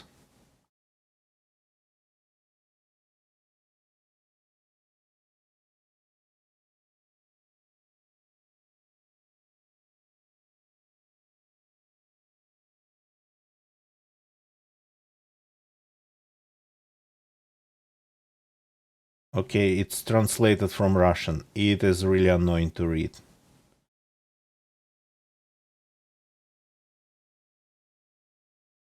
One of the adapters is elastic, the second current. Cool! One of the adapters is elastic. I mean, one of the adapters, one of the resistors is controlling voltage. Which one? It means that one of the resistors is controlling voltage. But I only figured that out because the second's controlling current. God. Do I have other versions of this? Yeah, by the look of it. Let's see if we can find the same stuff, the same board, just with different description. Those new fancy rubber resistors, yeah. So we have them. Maybe there is a better description.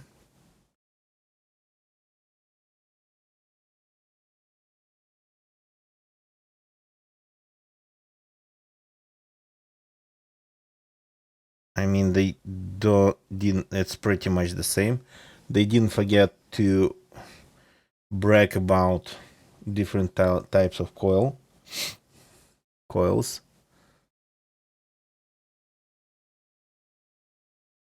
I'm just looking for a description. They're all the same. It's always better to find a documentation. No description. They don't have any marks, right? Yep, they don't. It's just two resistors. Which one is CC, which one is CV?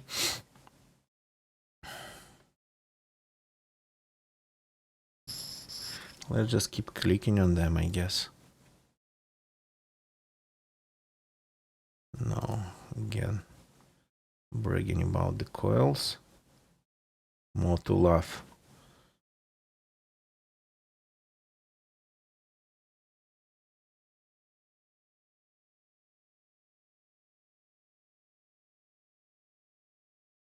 Come on. No? No pictures?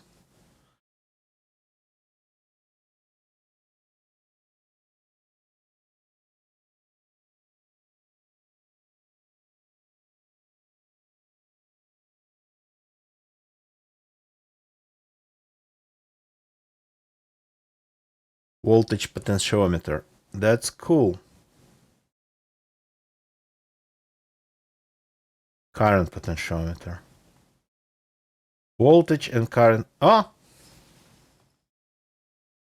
This one's current. I mean, there has to be the red board and the black board, they are the same.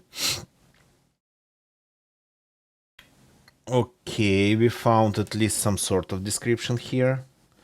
So this one is, that's all opposite opposite to what I encountered earlier. So this is, the first one is from left to right is CC.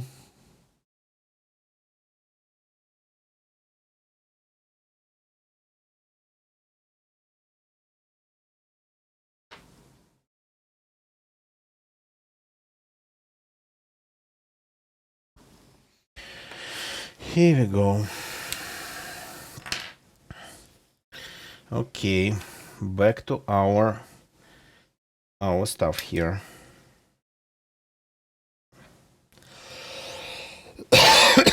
So let's first unblock the full current here.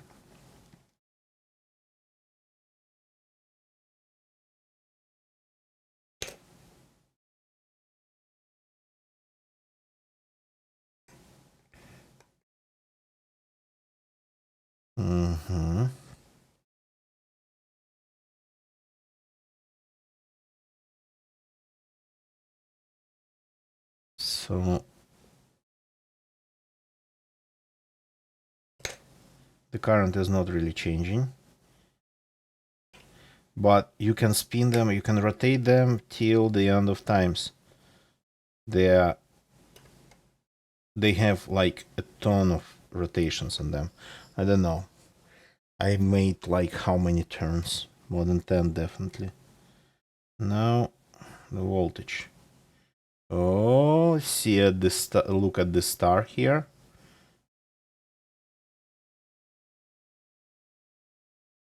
Now it's more like it. Up. The current seems to be limited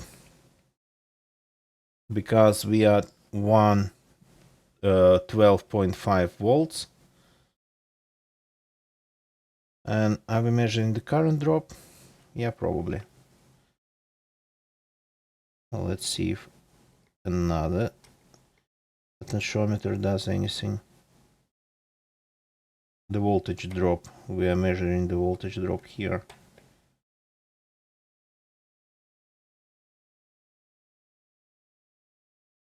Okay, we are currently not limiting anything, I think. We're just measuring the voltage drop on the other side, right? Don't really understand how this works. But let's see what happens on the other side if we just remove the load. What happens with the voltage? Yep.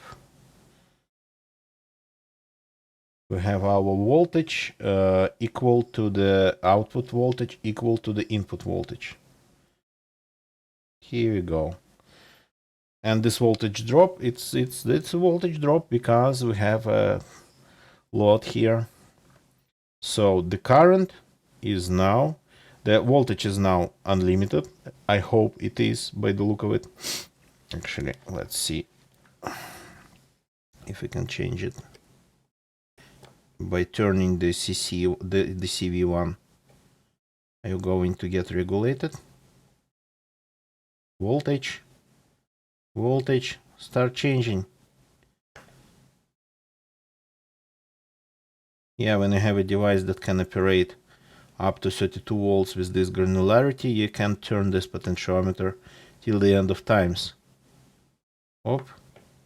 Oh. Indicators here. We have indicators here. Mode indicators. The description of indicators in this.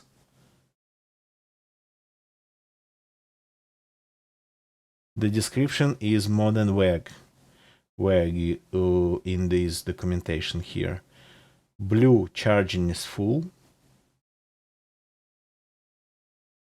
Blue, charging bright. Charging full, off. That's not translated from Russian. That's translated from Chinese and badly, I think. And there's one that's here. Constant flow bright, constant pressure off. Aha. Okay, I'm deciphering. Constant flow, it's constant current. Constant pressure, it's constant voltage.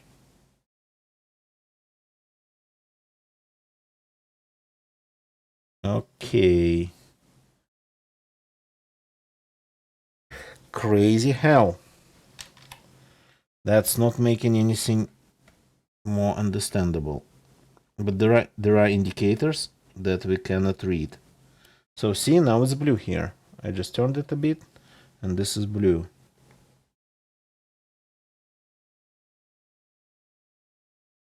I think I'm turning the CV one. The V is not changing.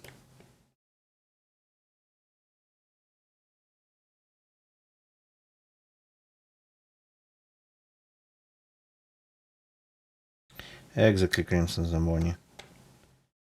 The output V is not changing at all. What happens if I just add the load?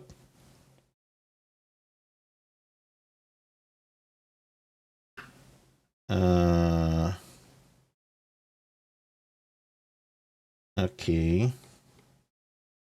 We definitely did something wrong here. Now there's not enough voltage on the other side.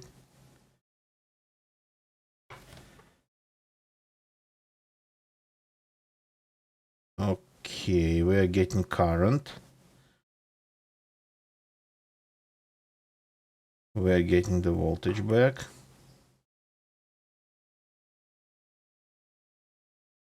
Okay, now according to this LED, we are controlling the voltage. Okay. Now let's try to control the current then.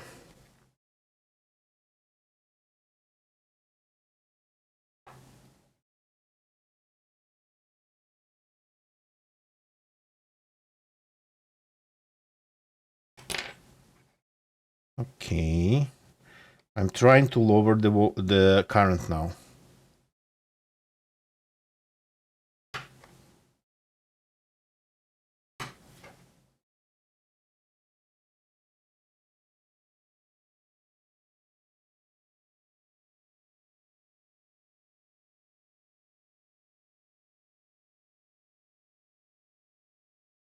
And I'm spinning up.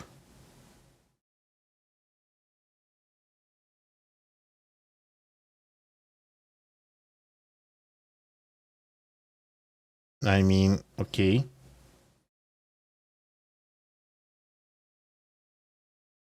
This one should have...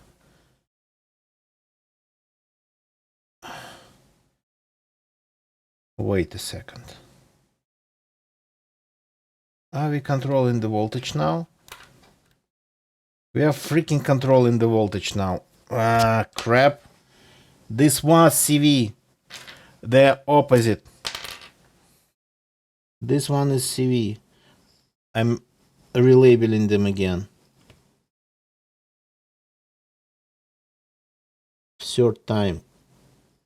So the first one is voltage, the second one is current. Oh boy. Yeah, because look, without load, we get the voltage.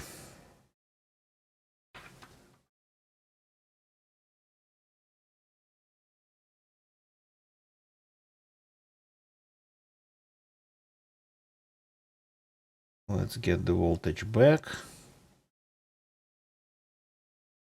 to 13 and 7 without load. 13 and 7.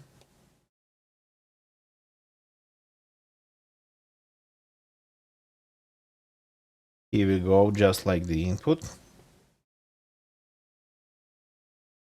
Now let's try to control the current.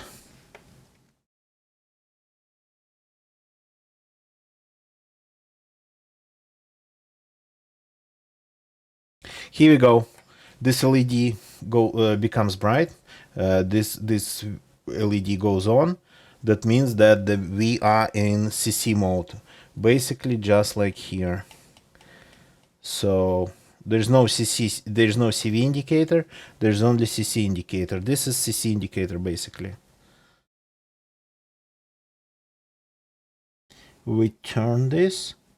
The current drops. The voltage drops too. But that's how it works. So let's go to 1.2 amps. Yeah, Tatlerman. And this one actually is kind of like needs some explanation. I've given lots of explanations in the beginning of the stream. Basically, my own low voltage power supply for devices like routers and LED lights, low power, low voltage devices.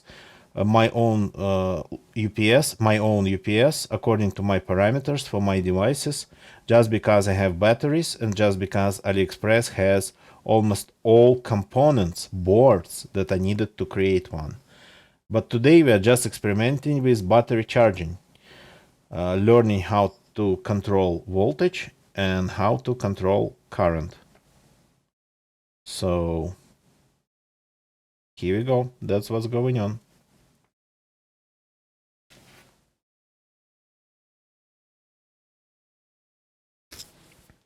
Okay, so we pretty much have this current, this device, this voltage and current controlling board set just like in the beginning of the stream. I demonstrated you. I set the lab power supply to charge the battery. Let's try to connect the battery instead of the light bulb then. Let's play with the battery instead. So let me disconnect everything here.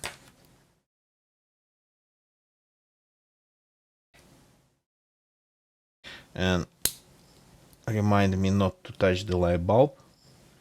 It's start hot.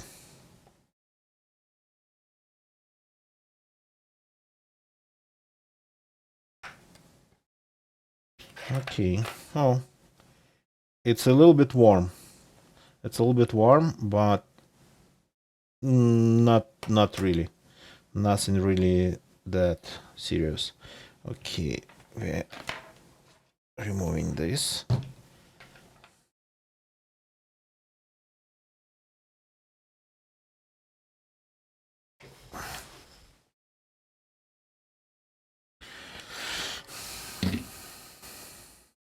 And now I need battery terminals to be able to connect battery to this board. Here we go. I have some here already ready.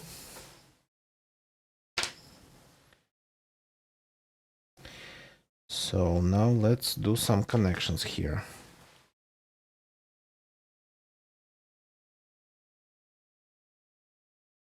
So that's the type of wires. That's the type of wires I'm going to use for pretty much all low voltage connections. They can handle way more than 5 amps. I don't remember the gauge, but it's basically AC wires. Red Try, good evening, welcome. Have no idea, man.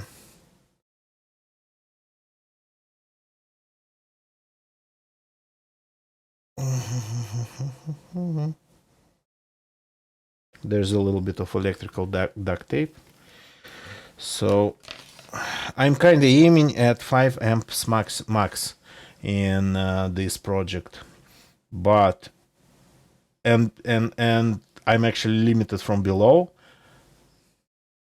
Discharging batteries, that's going to be the next topic, but you cannot discharge lead acid battery with current less than 0.05 of its capacity.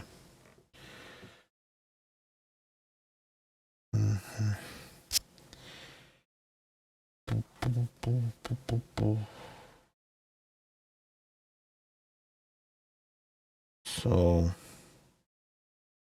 but I will order another power supply because I want to have some headroom in the power supply area. I want to have some headroom there. I have one. Well, I mean, we figured out that this board cannot actually work as step up. I have additional step up converters, step down converters, but it's better just to have suitable power supply. So my power supply cannot supply 13.7, max is 13.4. So I will order I think 5 amps 24 volts power supply, and I will convert it.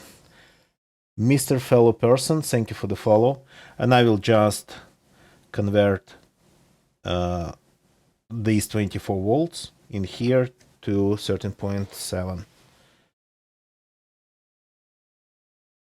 Retry good from alcohol. Well, I mean, I don't know about your country, but here electricians, they don't really drink. It's kind of like plumbers drink, yeah. Other types of workers of that kind of area, they drink, but electricians, they usually not usually like that here. Maybe that's why we have more live electricians.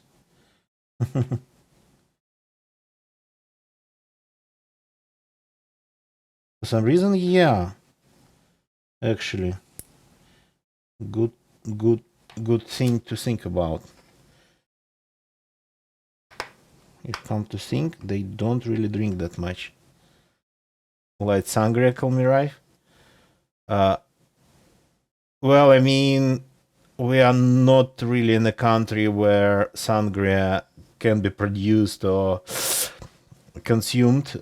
Because of that, it doesn't get really consumed a lot here. So definitely not a Russian drink. Russia is not a wine country. That's definitely a thing. I mean, yeah, we have, of course, wine and whatnot. But historically, Russia wasn't a wine country. Okay, now I need to try to somehow... I mean, I don't mind sangria, but these days I just stopped drinking at all alcohol.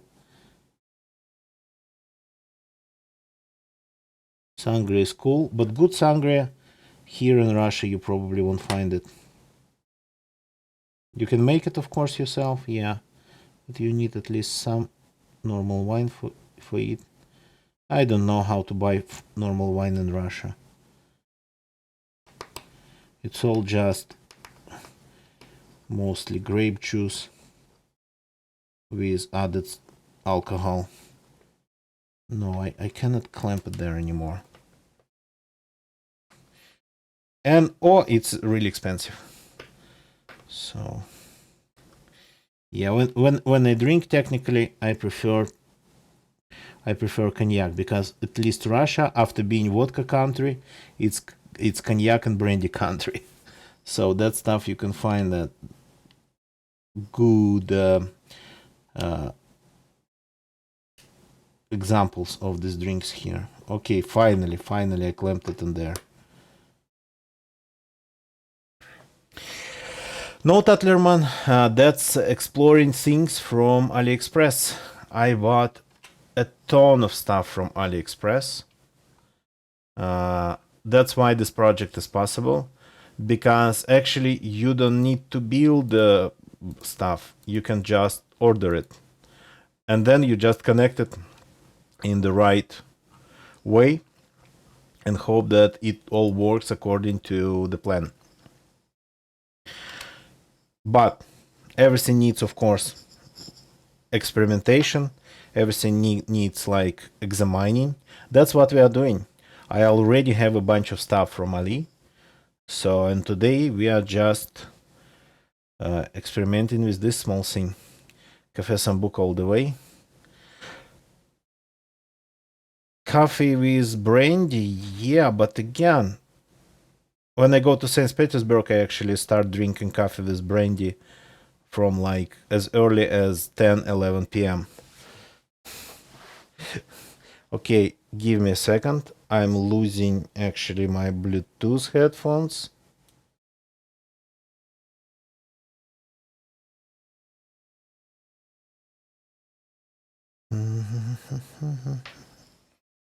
Hot alcohol tea.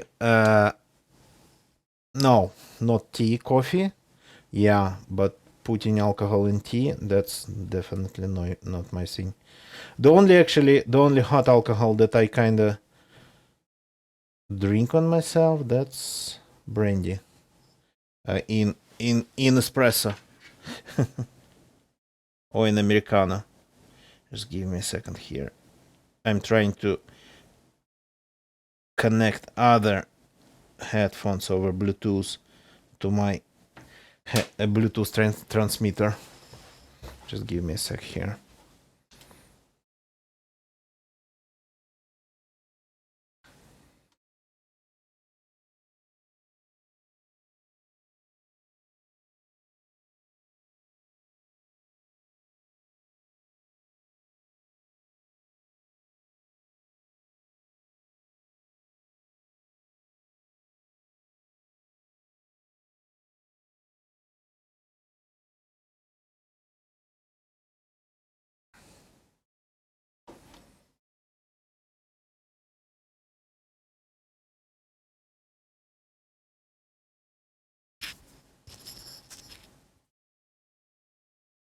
Okay, I have my audio back.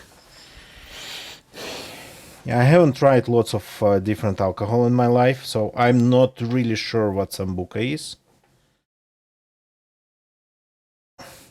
I don't know, maybe I never tried it. Maybe I wasn't impressed at all.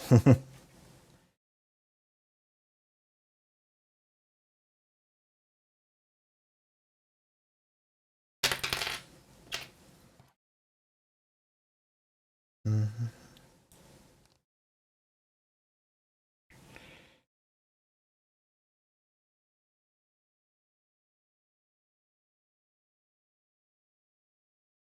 So this has to be the red one.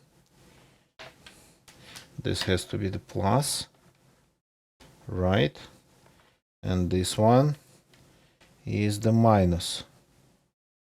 I'm just preparing everything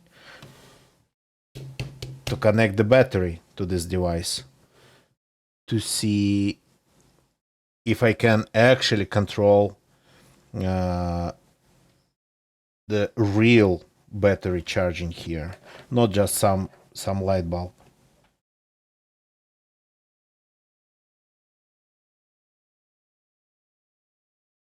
Tatlerman, yeah, cognac, brandy, Russia. After being vodka, I mean, first place of all strong liquor here. First place, it's of course vodka, but then in the second place, comes cognac and brandy with very strong position compared to pretty much everything that's after it. So basically in Russia it was, in Soviet Union it was like those people who didn't like vodka, they used to drink brandy and cognac. Califlix, read the title, please.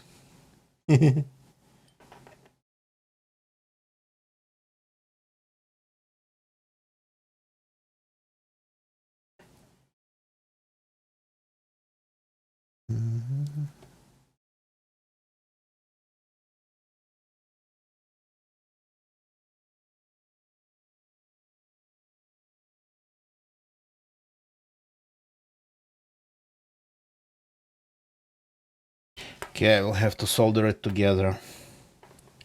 Otherwise, they just don't stay. Hennessy. Hennessy, it's not Russian cognac.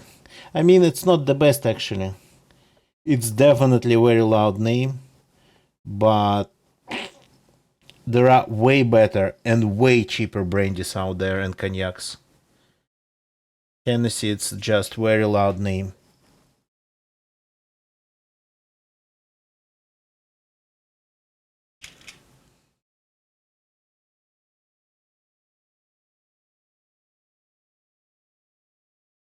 Where's the soldered part? Come on.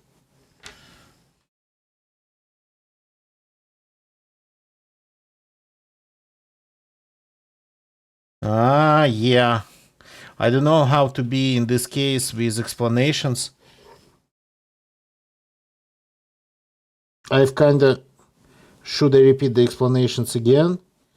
Because I kinda demonstrated it as... I explained it with examples, Califlix, in the beginning of the stream. So it's kinda like more of a lecture here. It was than just streaming. So, but basically, in 2 words, CC is controlling current, CV is controlling voltage. But if you want some details, then you might probably want to return back to the beginning of the stream, where you will find a very good explanation with example, actually. Just it's always nice just not to hear how it works, but to see with your own eyes how it works.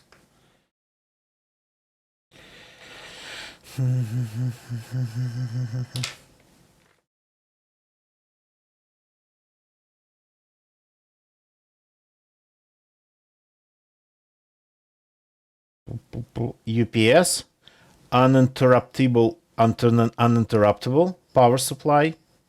Basically a power supply that can give out power when there is no power. Okay, I think everything is connected, and here comes the dangerous part. The thing is that this power supply, you can see here, a laboratory power supply, it's limited at 10 amps. It cannot go higher. So pretty much 30 volts 10 amps or 12 volts 10 amps, whatever. It's adjustable. But so pretty much it turns up. It is 10 amps, and it won't go higher. But this is here. This is a 12 volt lead acid battery. That is the same type that's used in UPSs. And this thing just casually can go to 100 amps for a short period of time, 200 amps, even higher, just because it stores incredible amount of power and it's not regulated in any way. So what I'm trying to say, it's way easier to fry electronics with this thing. Even actually, it is kind of discharged now than with this thing. So this one can just turn things, these small things, if it's not connected properly, literally in just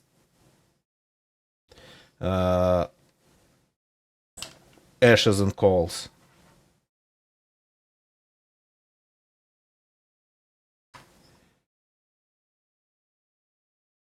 So let's connect the minus here.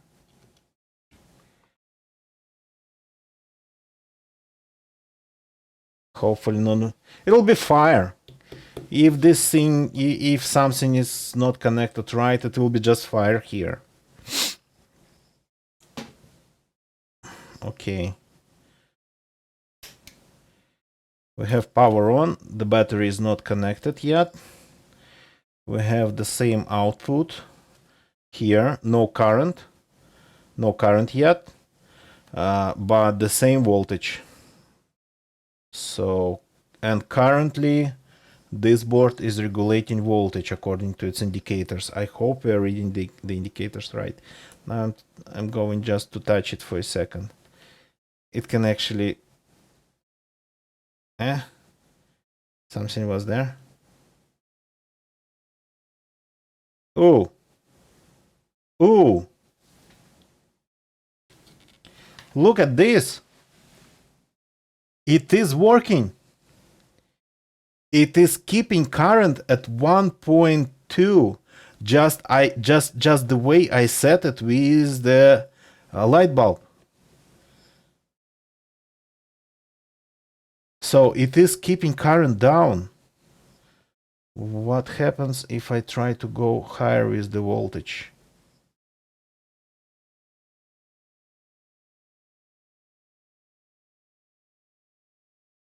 Look at this. I'm feeding it way higher voltage. It's still the same output voltage because it's currently controlling the current. Same 1.2 amps, and this changes according to just whatever, according to the inner resistance of the battery. So look, I'm feeding it like, okay, let's see if I can feed it 24 volts. 24 volts from another power supply that I'm only going to buy. And it's working. It's working. I'm feeding it 24 volts. The current stays still. So this will change over time. And when this will reach 13.7, actually I don't know if I regulated it at 13.7. So I will figure that part later. So the thing is that I set the right current on this board, but I'm not sure if I set the right voltage. Currently the voltage setting is not playing any role because it's controlling the current. Heating up, not with this current, not with 1.2. Not with 1.2. It's just a little bit warm. We can try to go higher. What do you think? Let's go to 2 amps. The battery can handle all the way up to 3.6 amps of charging current. I mean, I'm going to use it in a very sparing mode, in a very light mode. So it'll take time for battery to charge if it gets discharged. With my UPS, it's not that I'm going to battery power anything. I'm going to build the UPS well, I mean, first today we are just learning how to charge batteries, then we will be learning how to discharge batteries, and then we will be learning how to switch from charging batteries to discharging batteries. So pretty much three big like steps in this process, with lots of small steps. And the result will be a device that will produce any voltage I need. the variety of voltages, even maybe the variety of outputs. For a couple of devices, like I've been thinking about pretty much my Wi-Fi access point and my router, plus how to say it right, emergency lights, emergency LED lights when the power goes off and it's dark. So that'll be nice to have them. Okay, it's getting warm.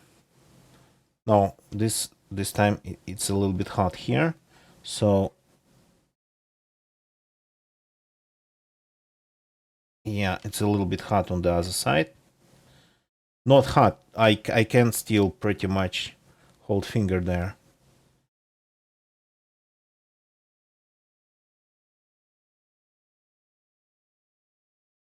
The coil is getting pretty much warm. The coil actually is getting pretty hot. So okay, some air circulation definitely will be needed.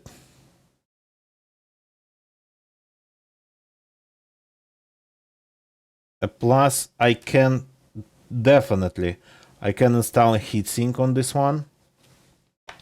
On this, well, it's what type of thing it is? Some sort of, how is it called, buck converter or whatever.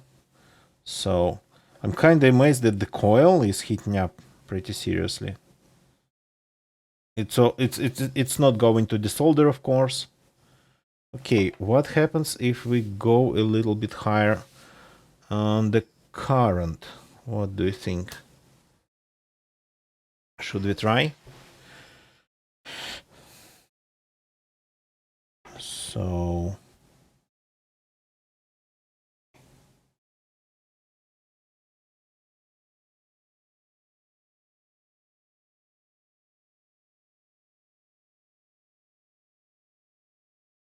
I don't see anything getting changed at all.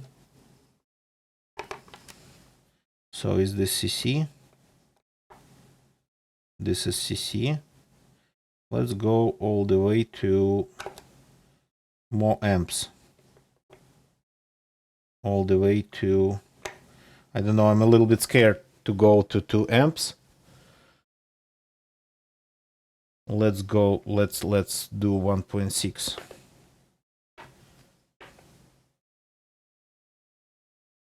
Yeah, it's getting pretty hot. Let's give it a second. So now I'm charging the battery with 1.6 amps of current, thanks to this small device.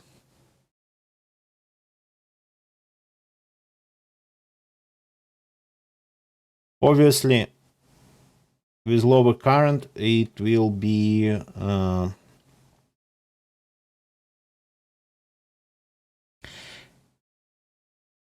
getting less heating. So pretty much during only initial stages of battery charging, this board will be heating up like this. So the majority of the time this board should stay absolutely cool because of no current going through it. It's the thing. It's the thing with current, with electricity, that the current heats up in case of these devices. So the specifications of it say that it's capable of driving of 5 amp watt. 5 amp watt. I already cannot really keep finger on the coil. The coil is kind of like winded not really well here.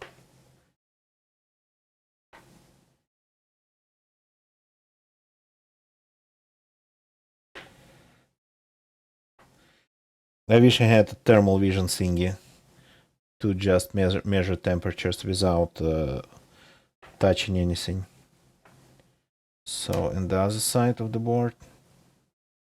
Well, I mean, I definitely can install heat spreaders. Definitely heat sinks. I ordered a couple. I ordered actually additionally thermally conductive glue. So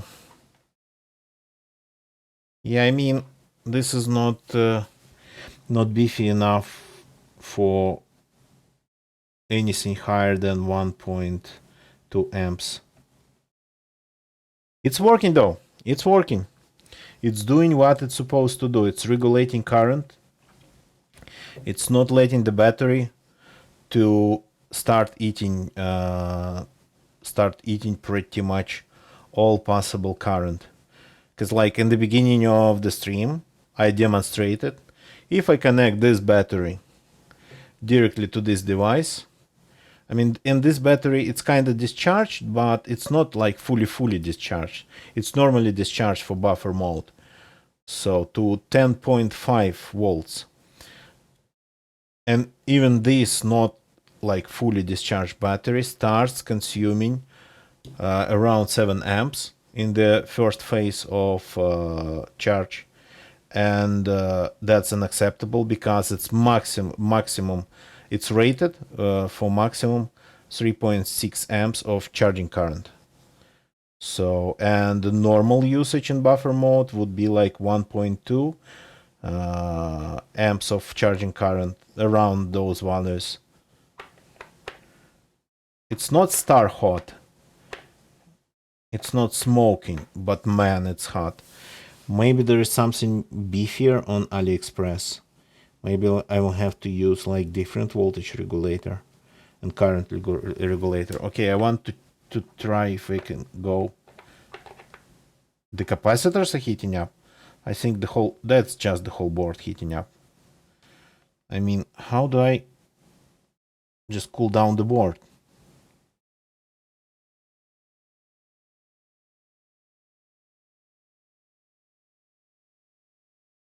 Can I just put heat sinks on the board itself? Any ideas? I mean, I definitely can attach a heatsink here to this component. I cannot attach a heatsink to the coil. It's kind of like not really possible, I think.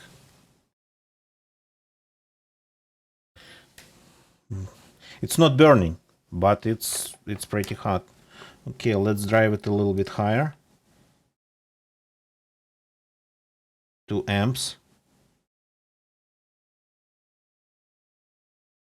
2 amps. Let's see if it starts smoking. I mean, if it starts smoking, I will have to order another one anyway.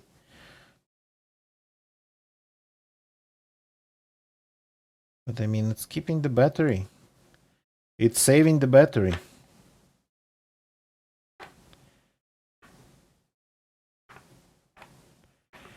Maybe actually, I mean, maybe it will be heating up less if I just use the input that I want to use for charging this battery. So instead of 24, if I go for 13.7, just, oh yeah, it's getting pretty hot. Okay. I guess let's give it some time to cool down. Let's return it back to 1.2. Give it some time to cool down because I cannot really touch it anymore. Cannot really just hold it while I'm turning the potentiometer. So returning it to my 1.2. Here we go. I mean, it works. It works.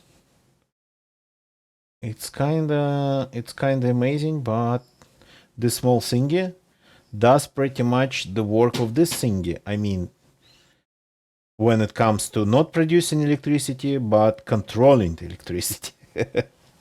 Okay, let's turn it off. And oh, yeah. Well, I mean, I expected this. there is currently current going on in this device from the battery. So like backwards current basically, and keeps the light on. I don't know if it's kind of standard behavior, if it's supposed to be like that. There's very little information on what is what on this board. Indicators, even like these potentiometers are not labeled properly at all. So here we go. I mean, but it works. Okay, I have to disconnect the battery to stop the current. Here we go.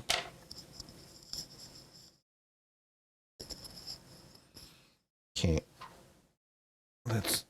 let's give it some time to cool down. I want to try it again.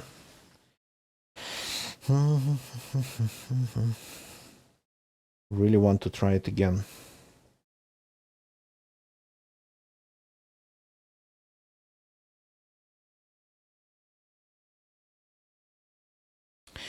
And then I will try to charge the battery using this thingy, just like fully charge the battery using this thingy. So from start to finish. On this kind of lowish current, 1.2 amps, it'll take some time, but I mean the battery here costs money, not this board. This board costs nothing compared to the battery. So, and yeah, I got these batteries for free because they kind of considered, they kind of have been considered being compromised in some way, not being able to provide high current. But I tested them in low current situations, like powering up light bulbs up to 3.5, 3.4 amps. Well, I mean, everything worked just the way it should. So I guess for my 5 amp max UPS, that will be perfect thing. My problem with the device will be not like figuring out how to make it work. I mean, yeah, that's a problem, but that I think I can do.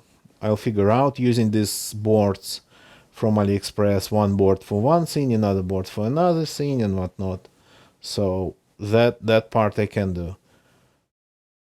For me, the case for the device will be the biggest problem.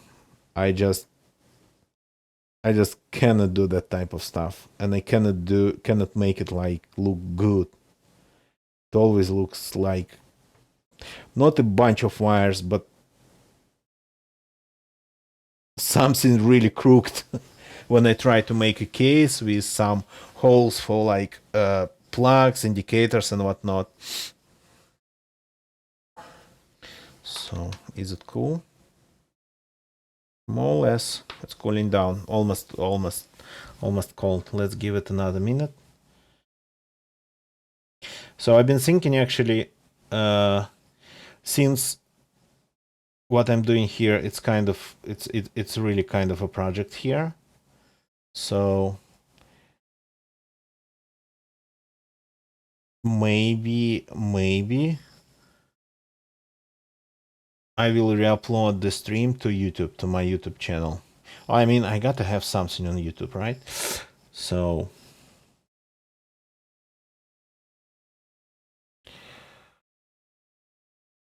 I will, Hemigod. I will, but that stuff usually hard to do just at my desk, on my desk. My desk is for a little bit of soldering for computers, but not for drilling, not for cutting things. So I might not be able really to stream that, or to stream that normally. There are ways, of course, that I can do it, but Yeah, I will try. If we get to the point of like getting a working device, getting a working low voltage UPS, I'll try. Build the case from Lego. Yeah, I mean, but you still need holes for like connectors and whatnot, the indicators, the knobs, the buttons, the switches, and that's where I kind of like screw things up a lot. It all usually ends up looking really like half-assed. I mean that in my case it's not like half-assed. It's like the best I can.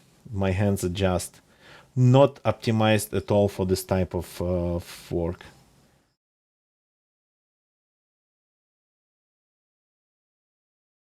I will have cheap China Lego. Actually, never thought of it.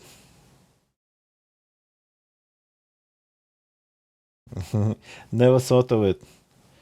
Never thought of Chinese Lego.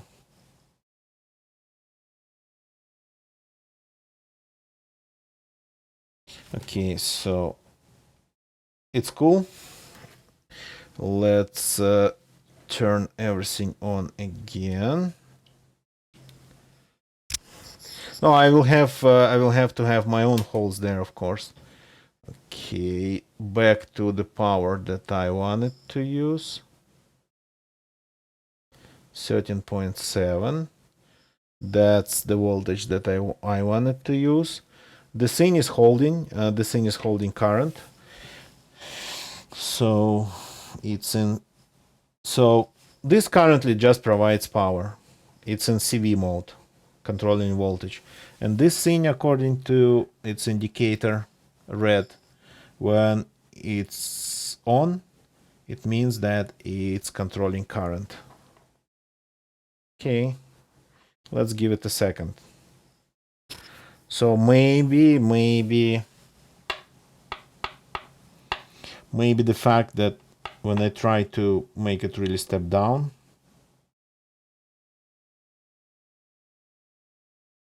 when I force it to actually step down voltage, it heats it up.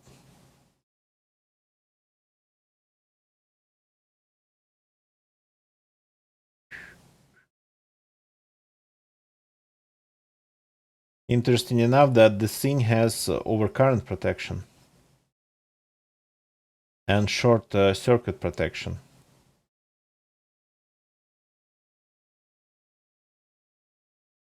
So according to the specification, which are really bare, let's put it that way. So the XL 4015 is 180 kilohertz fixed frequency PWM buck step down DC-DC converter capable of driving a 5 amp load with high efficiency, low ripple, and excellent line and load regulation. Requiring a minimum number of external components, the regulator is simple to use and includes internal frequency compensation and the fixed frequency oscillator. The PWM controlled circuit is able to adjust the duty ratio linearly from 0 to 100%. An overcurrent protection function is built inside. Okay. When short protection function happens, okay, the operation frequency will be reduced from 180 kilohertz to 48 kilohertz. An internal compensation block is built in to minimize external component count. The last sentence I really didn't understand. Are we compensating what for? Are we compensating?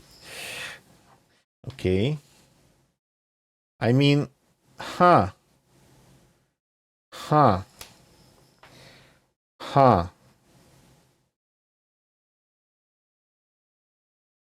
This teaches us something here.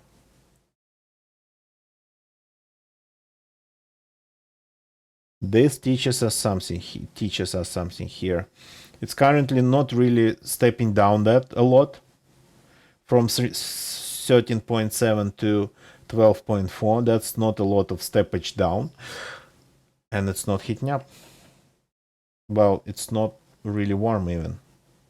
But if I go all the way to 24 volts, as I wanted to do,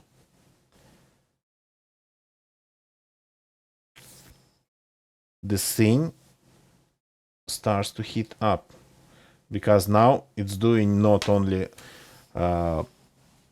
steppage down for current control, but, well, I mean, technically it's doing just a lot of stepping down. I mean. So the question is now if I can find. The problem is that AliExpress is full of power supplies of this type. They just come in different sizes. The problem is that it's either 6 or 12 or 24 volts. This one is 12 volts, and it cannot go higher than 13.4, and I need 13.7 without actually possible losses in like this circuit.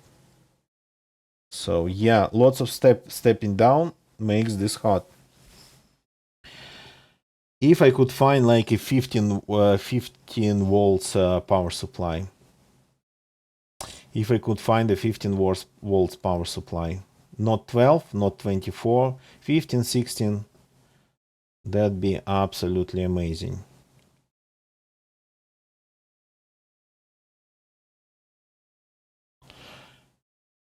Can buy 24 watt 24 volt power supply, and turn the adjusting knob all the way down to like whatever it can do.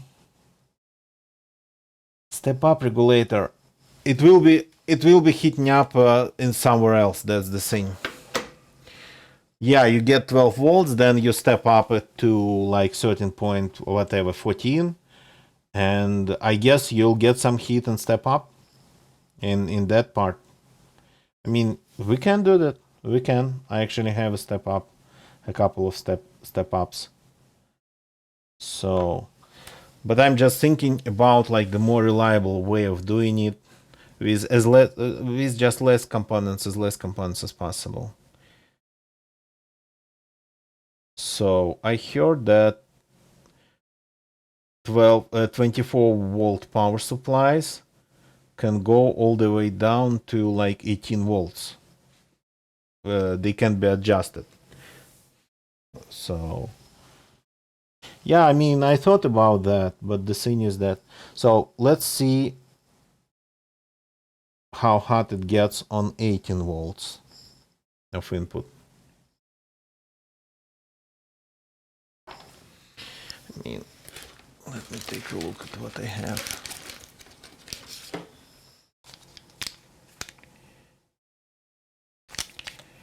Just give me a sec here.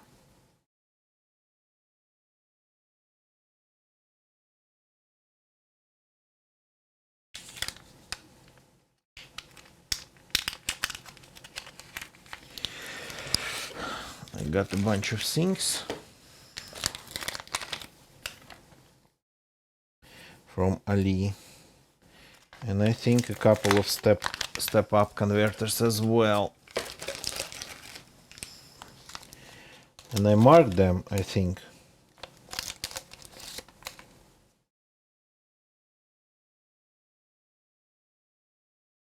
This one is step up, step down. Pretty much the idea, it converts any volts in any volts. So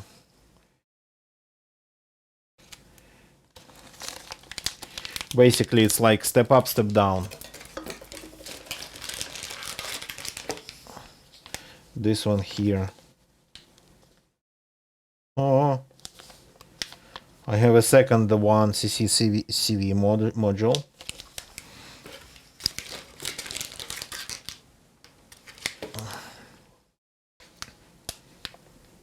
Another step up, step down.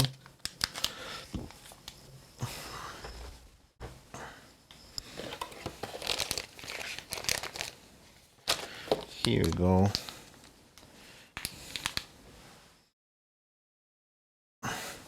This is a step up. This is a step up. We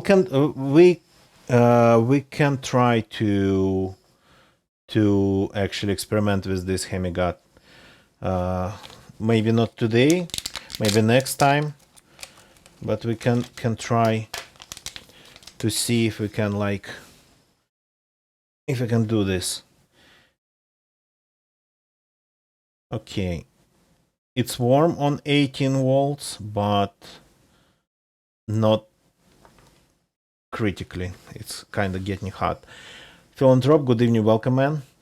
I want eventually to build my own UPS for low voltage devices because I have batteries and I want to build UPS like to my characteristics.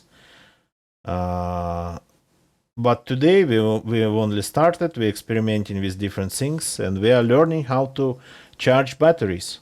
I mean, I know how to charge batteries. I mean, that's the thing. I think this stuff is kind of used in like Arduino and whatnot related projects. So, and pretty much if you try to Google step up converter, you'll end up like with things like that. You got to really dig on AliExpress to find something beefier. So,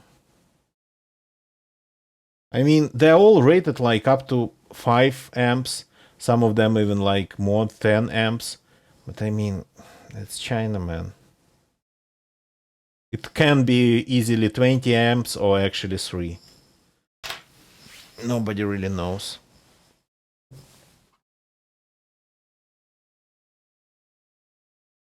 DC-DC converter with charger for the battery.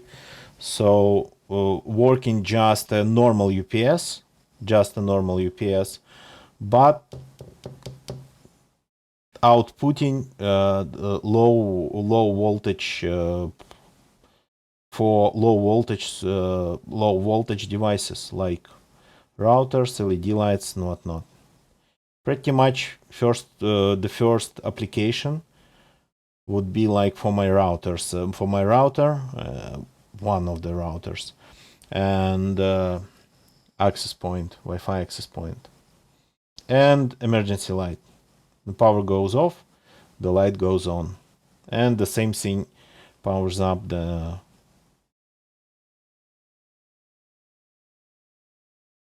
router. So, I mean, this is acceptable. This is acceptable. If I just put a heatsink, glue a heatsink on that component that I think does the main job here, so it will definitely help to dissipate like the majority of heat, and I guess it should work. So if we find the power supply on AliExpress, 24 volts power supply that can go down to 18, like some of the buyers reported in their reviews. Like I've seen the reviews that, yeah, 24 volts, 24 volt ones, they can go all the way down, all the way to 18. That's acceptable. That's acceptable.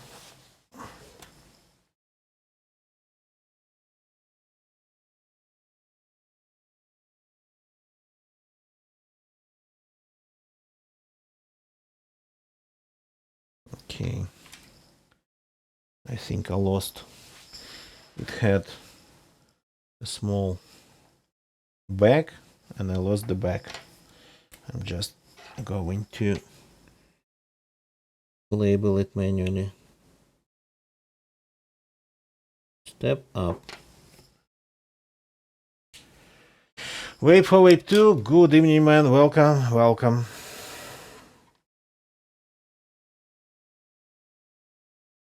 I mean, I guess I guess so far it's success. We actually managed to start battery charging process with the parameters that I kind of consider to be extremely safe for the battery, according to all the manuals I could find on this battery and all specifications and data sheets. So, Philanthrop, no, it won't be adjustable Philanthrop.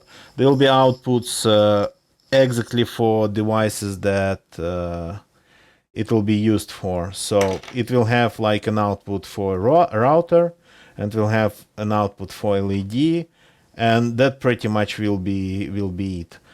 Having adjustable output, it would be static, yeah, pretty much. A couple of static different outputs.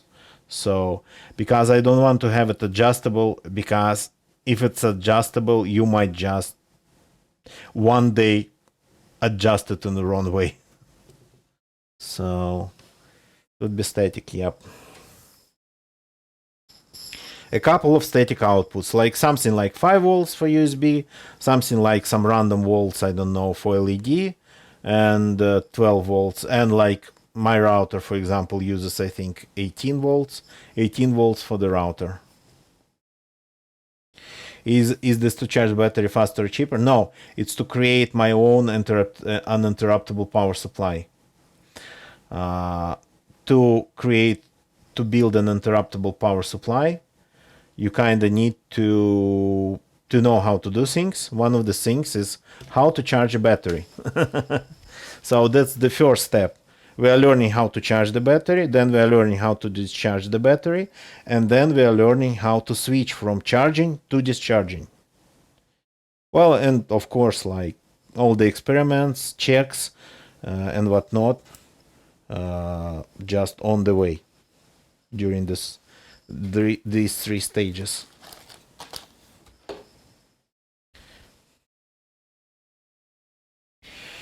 Okay, so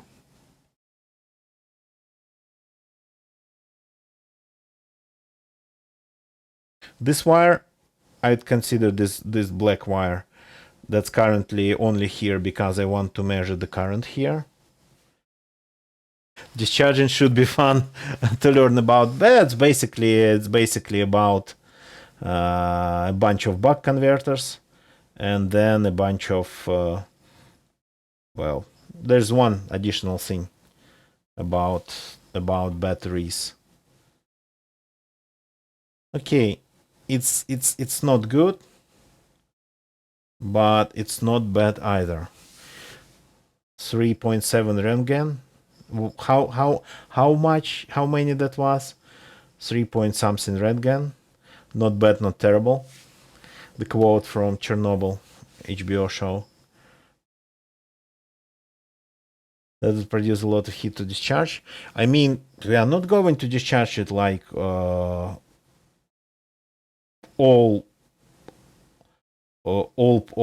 stored power at once. The max discharge would be like 2-3 amps, I think. The max. I think the standard would be like 2, even 1.5 amps. So, but it's about like buck converters used. Give me a second, please. Here, I got a notification, I think. Yep.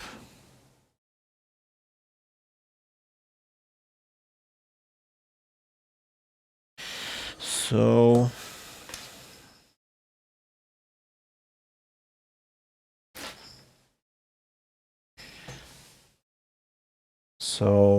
discharging just the way we need it to be discharged, not like discharged to discharge it. So basically, the part about discharging batteries, it would be the part about how to safely use the charge of the battery, how to convert one DC voltage to another DC voltage, and what to use, which converters.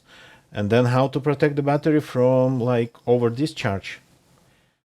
So, but I think we will experiment a little bit with charging, because no power supply with the right amount of volts I see on AliExpress.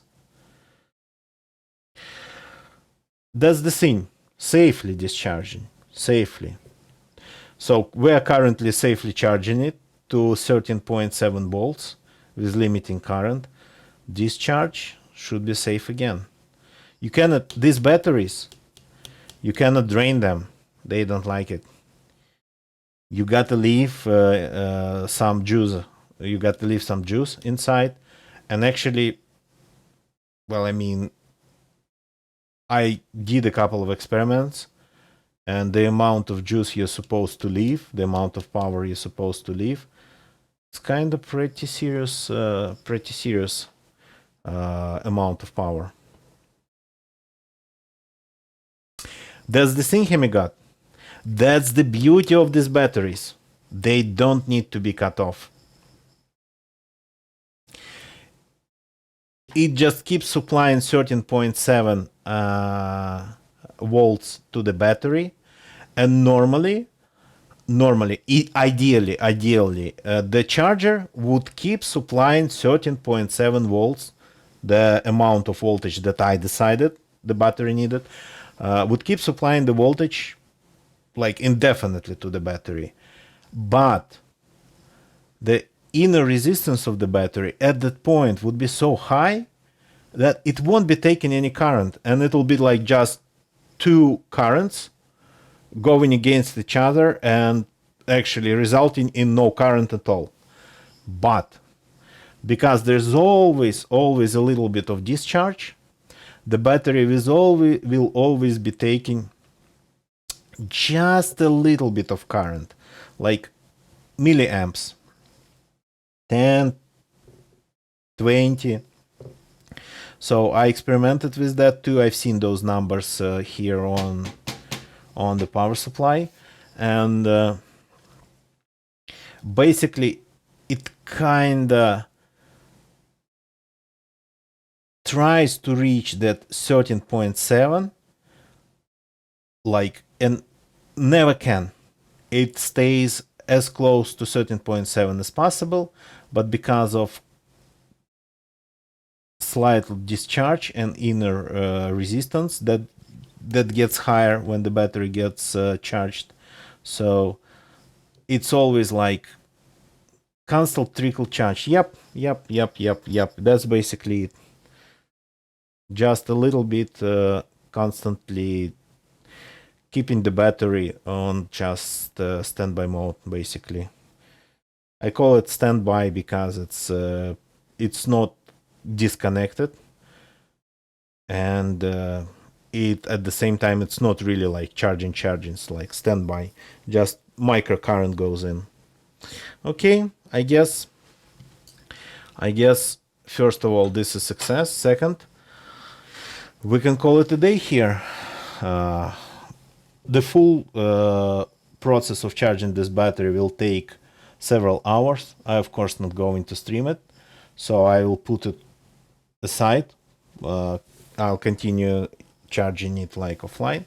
So, but basically that's the only thing we have to figure out here, how far we can go with the charge. So it's still warm. Definitely a heat sink on this component will help. So that's for charging batteries. Okay. So do we need to roll the credits? No, we don't need to roll the credits. I can actually read the names just from the list. So huge thanks to Mr. Fellow Person for your follow, and Murder for Hire and Swov, thank you very much for your hosts. And now give me please a second to find somebody to rate.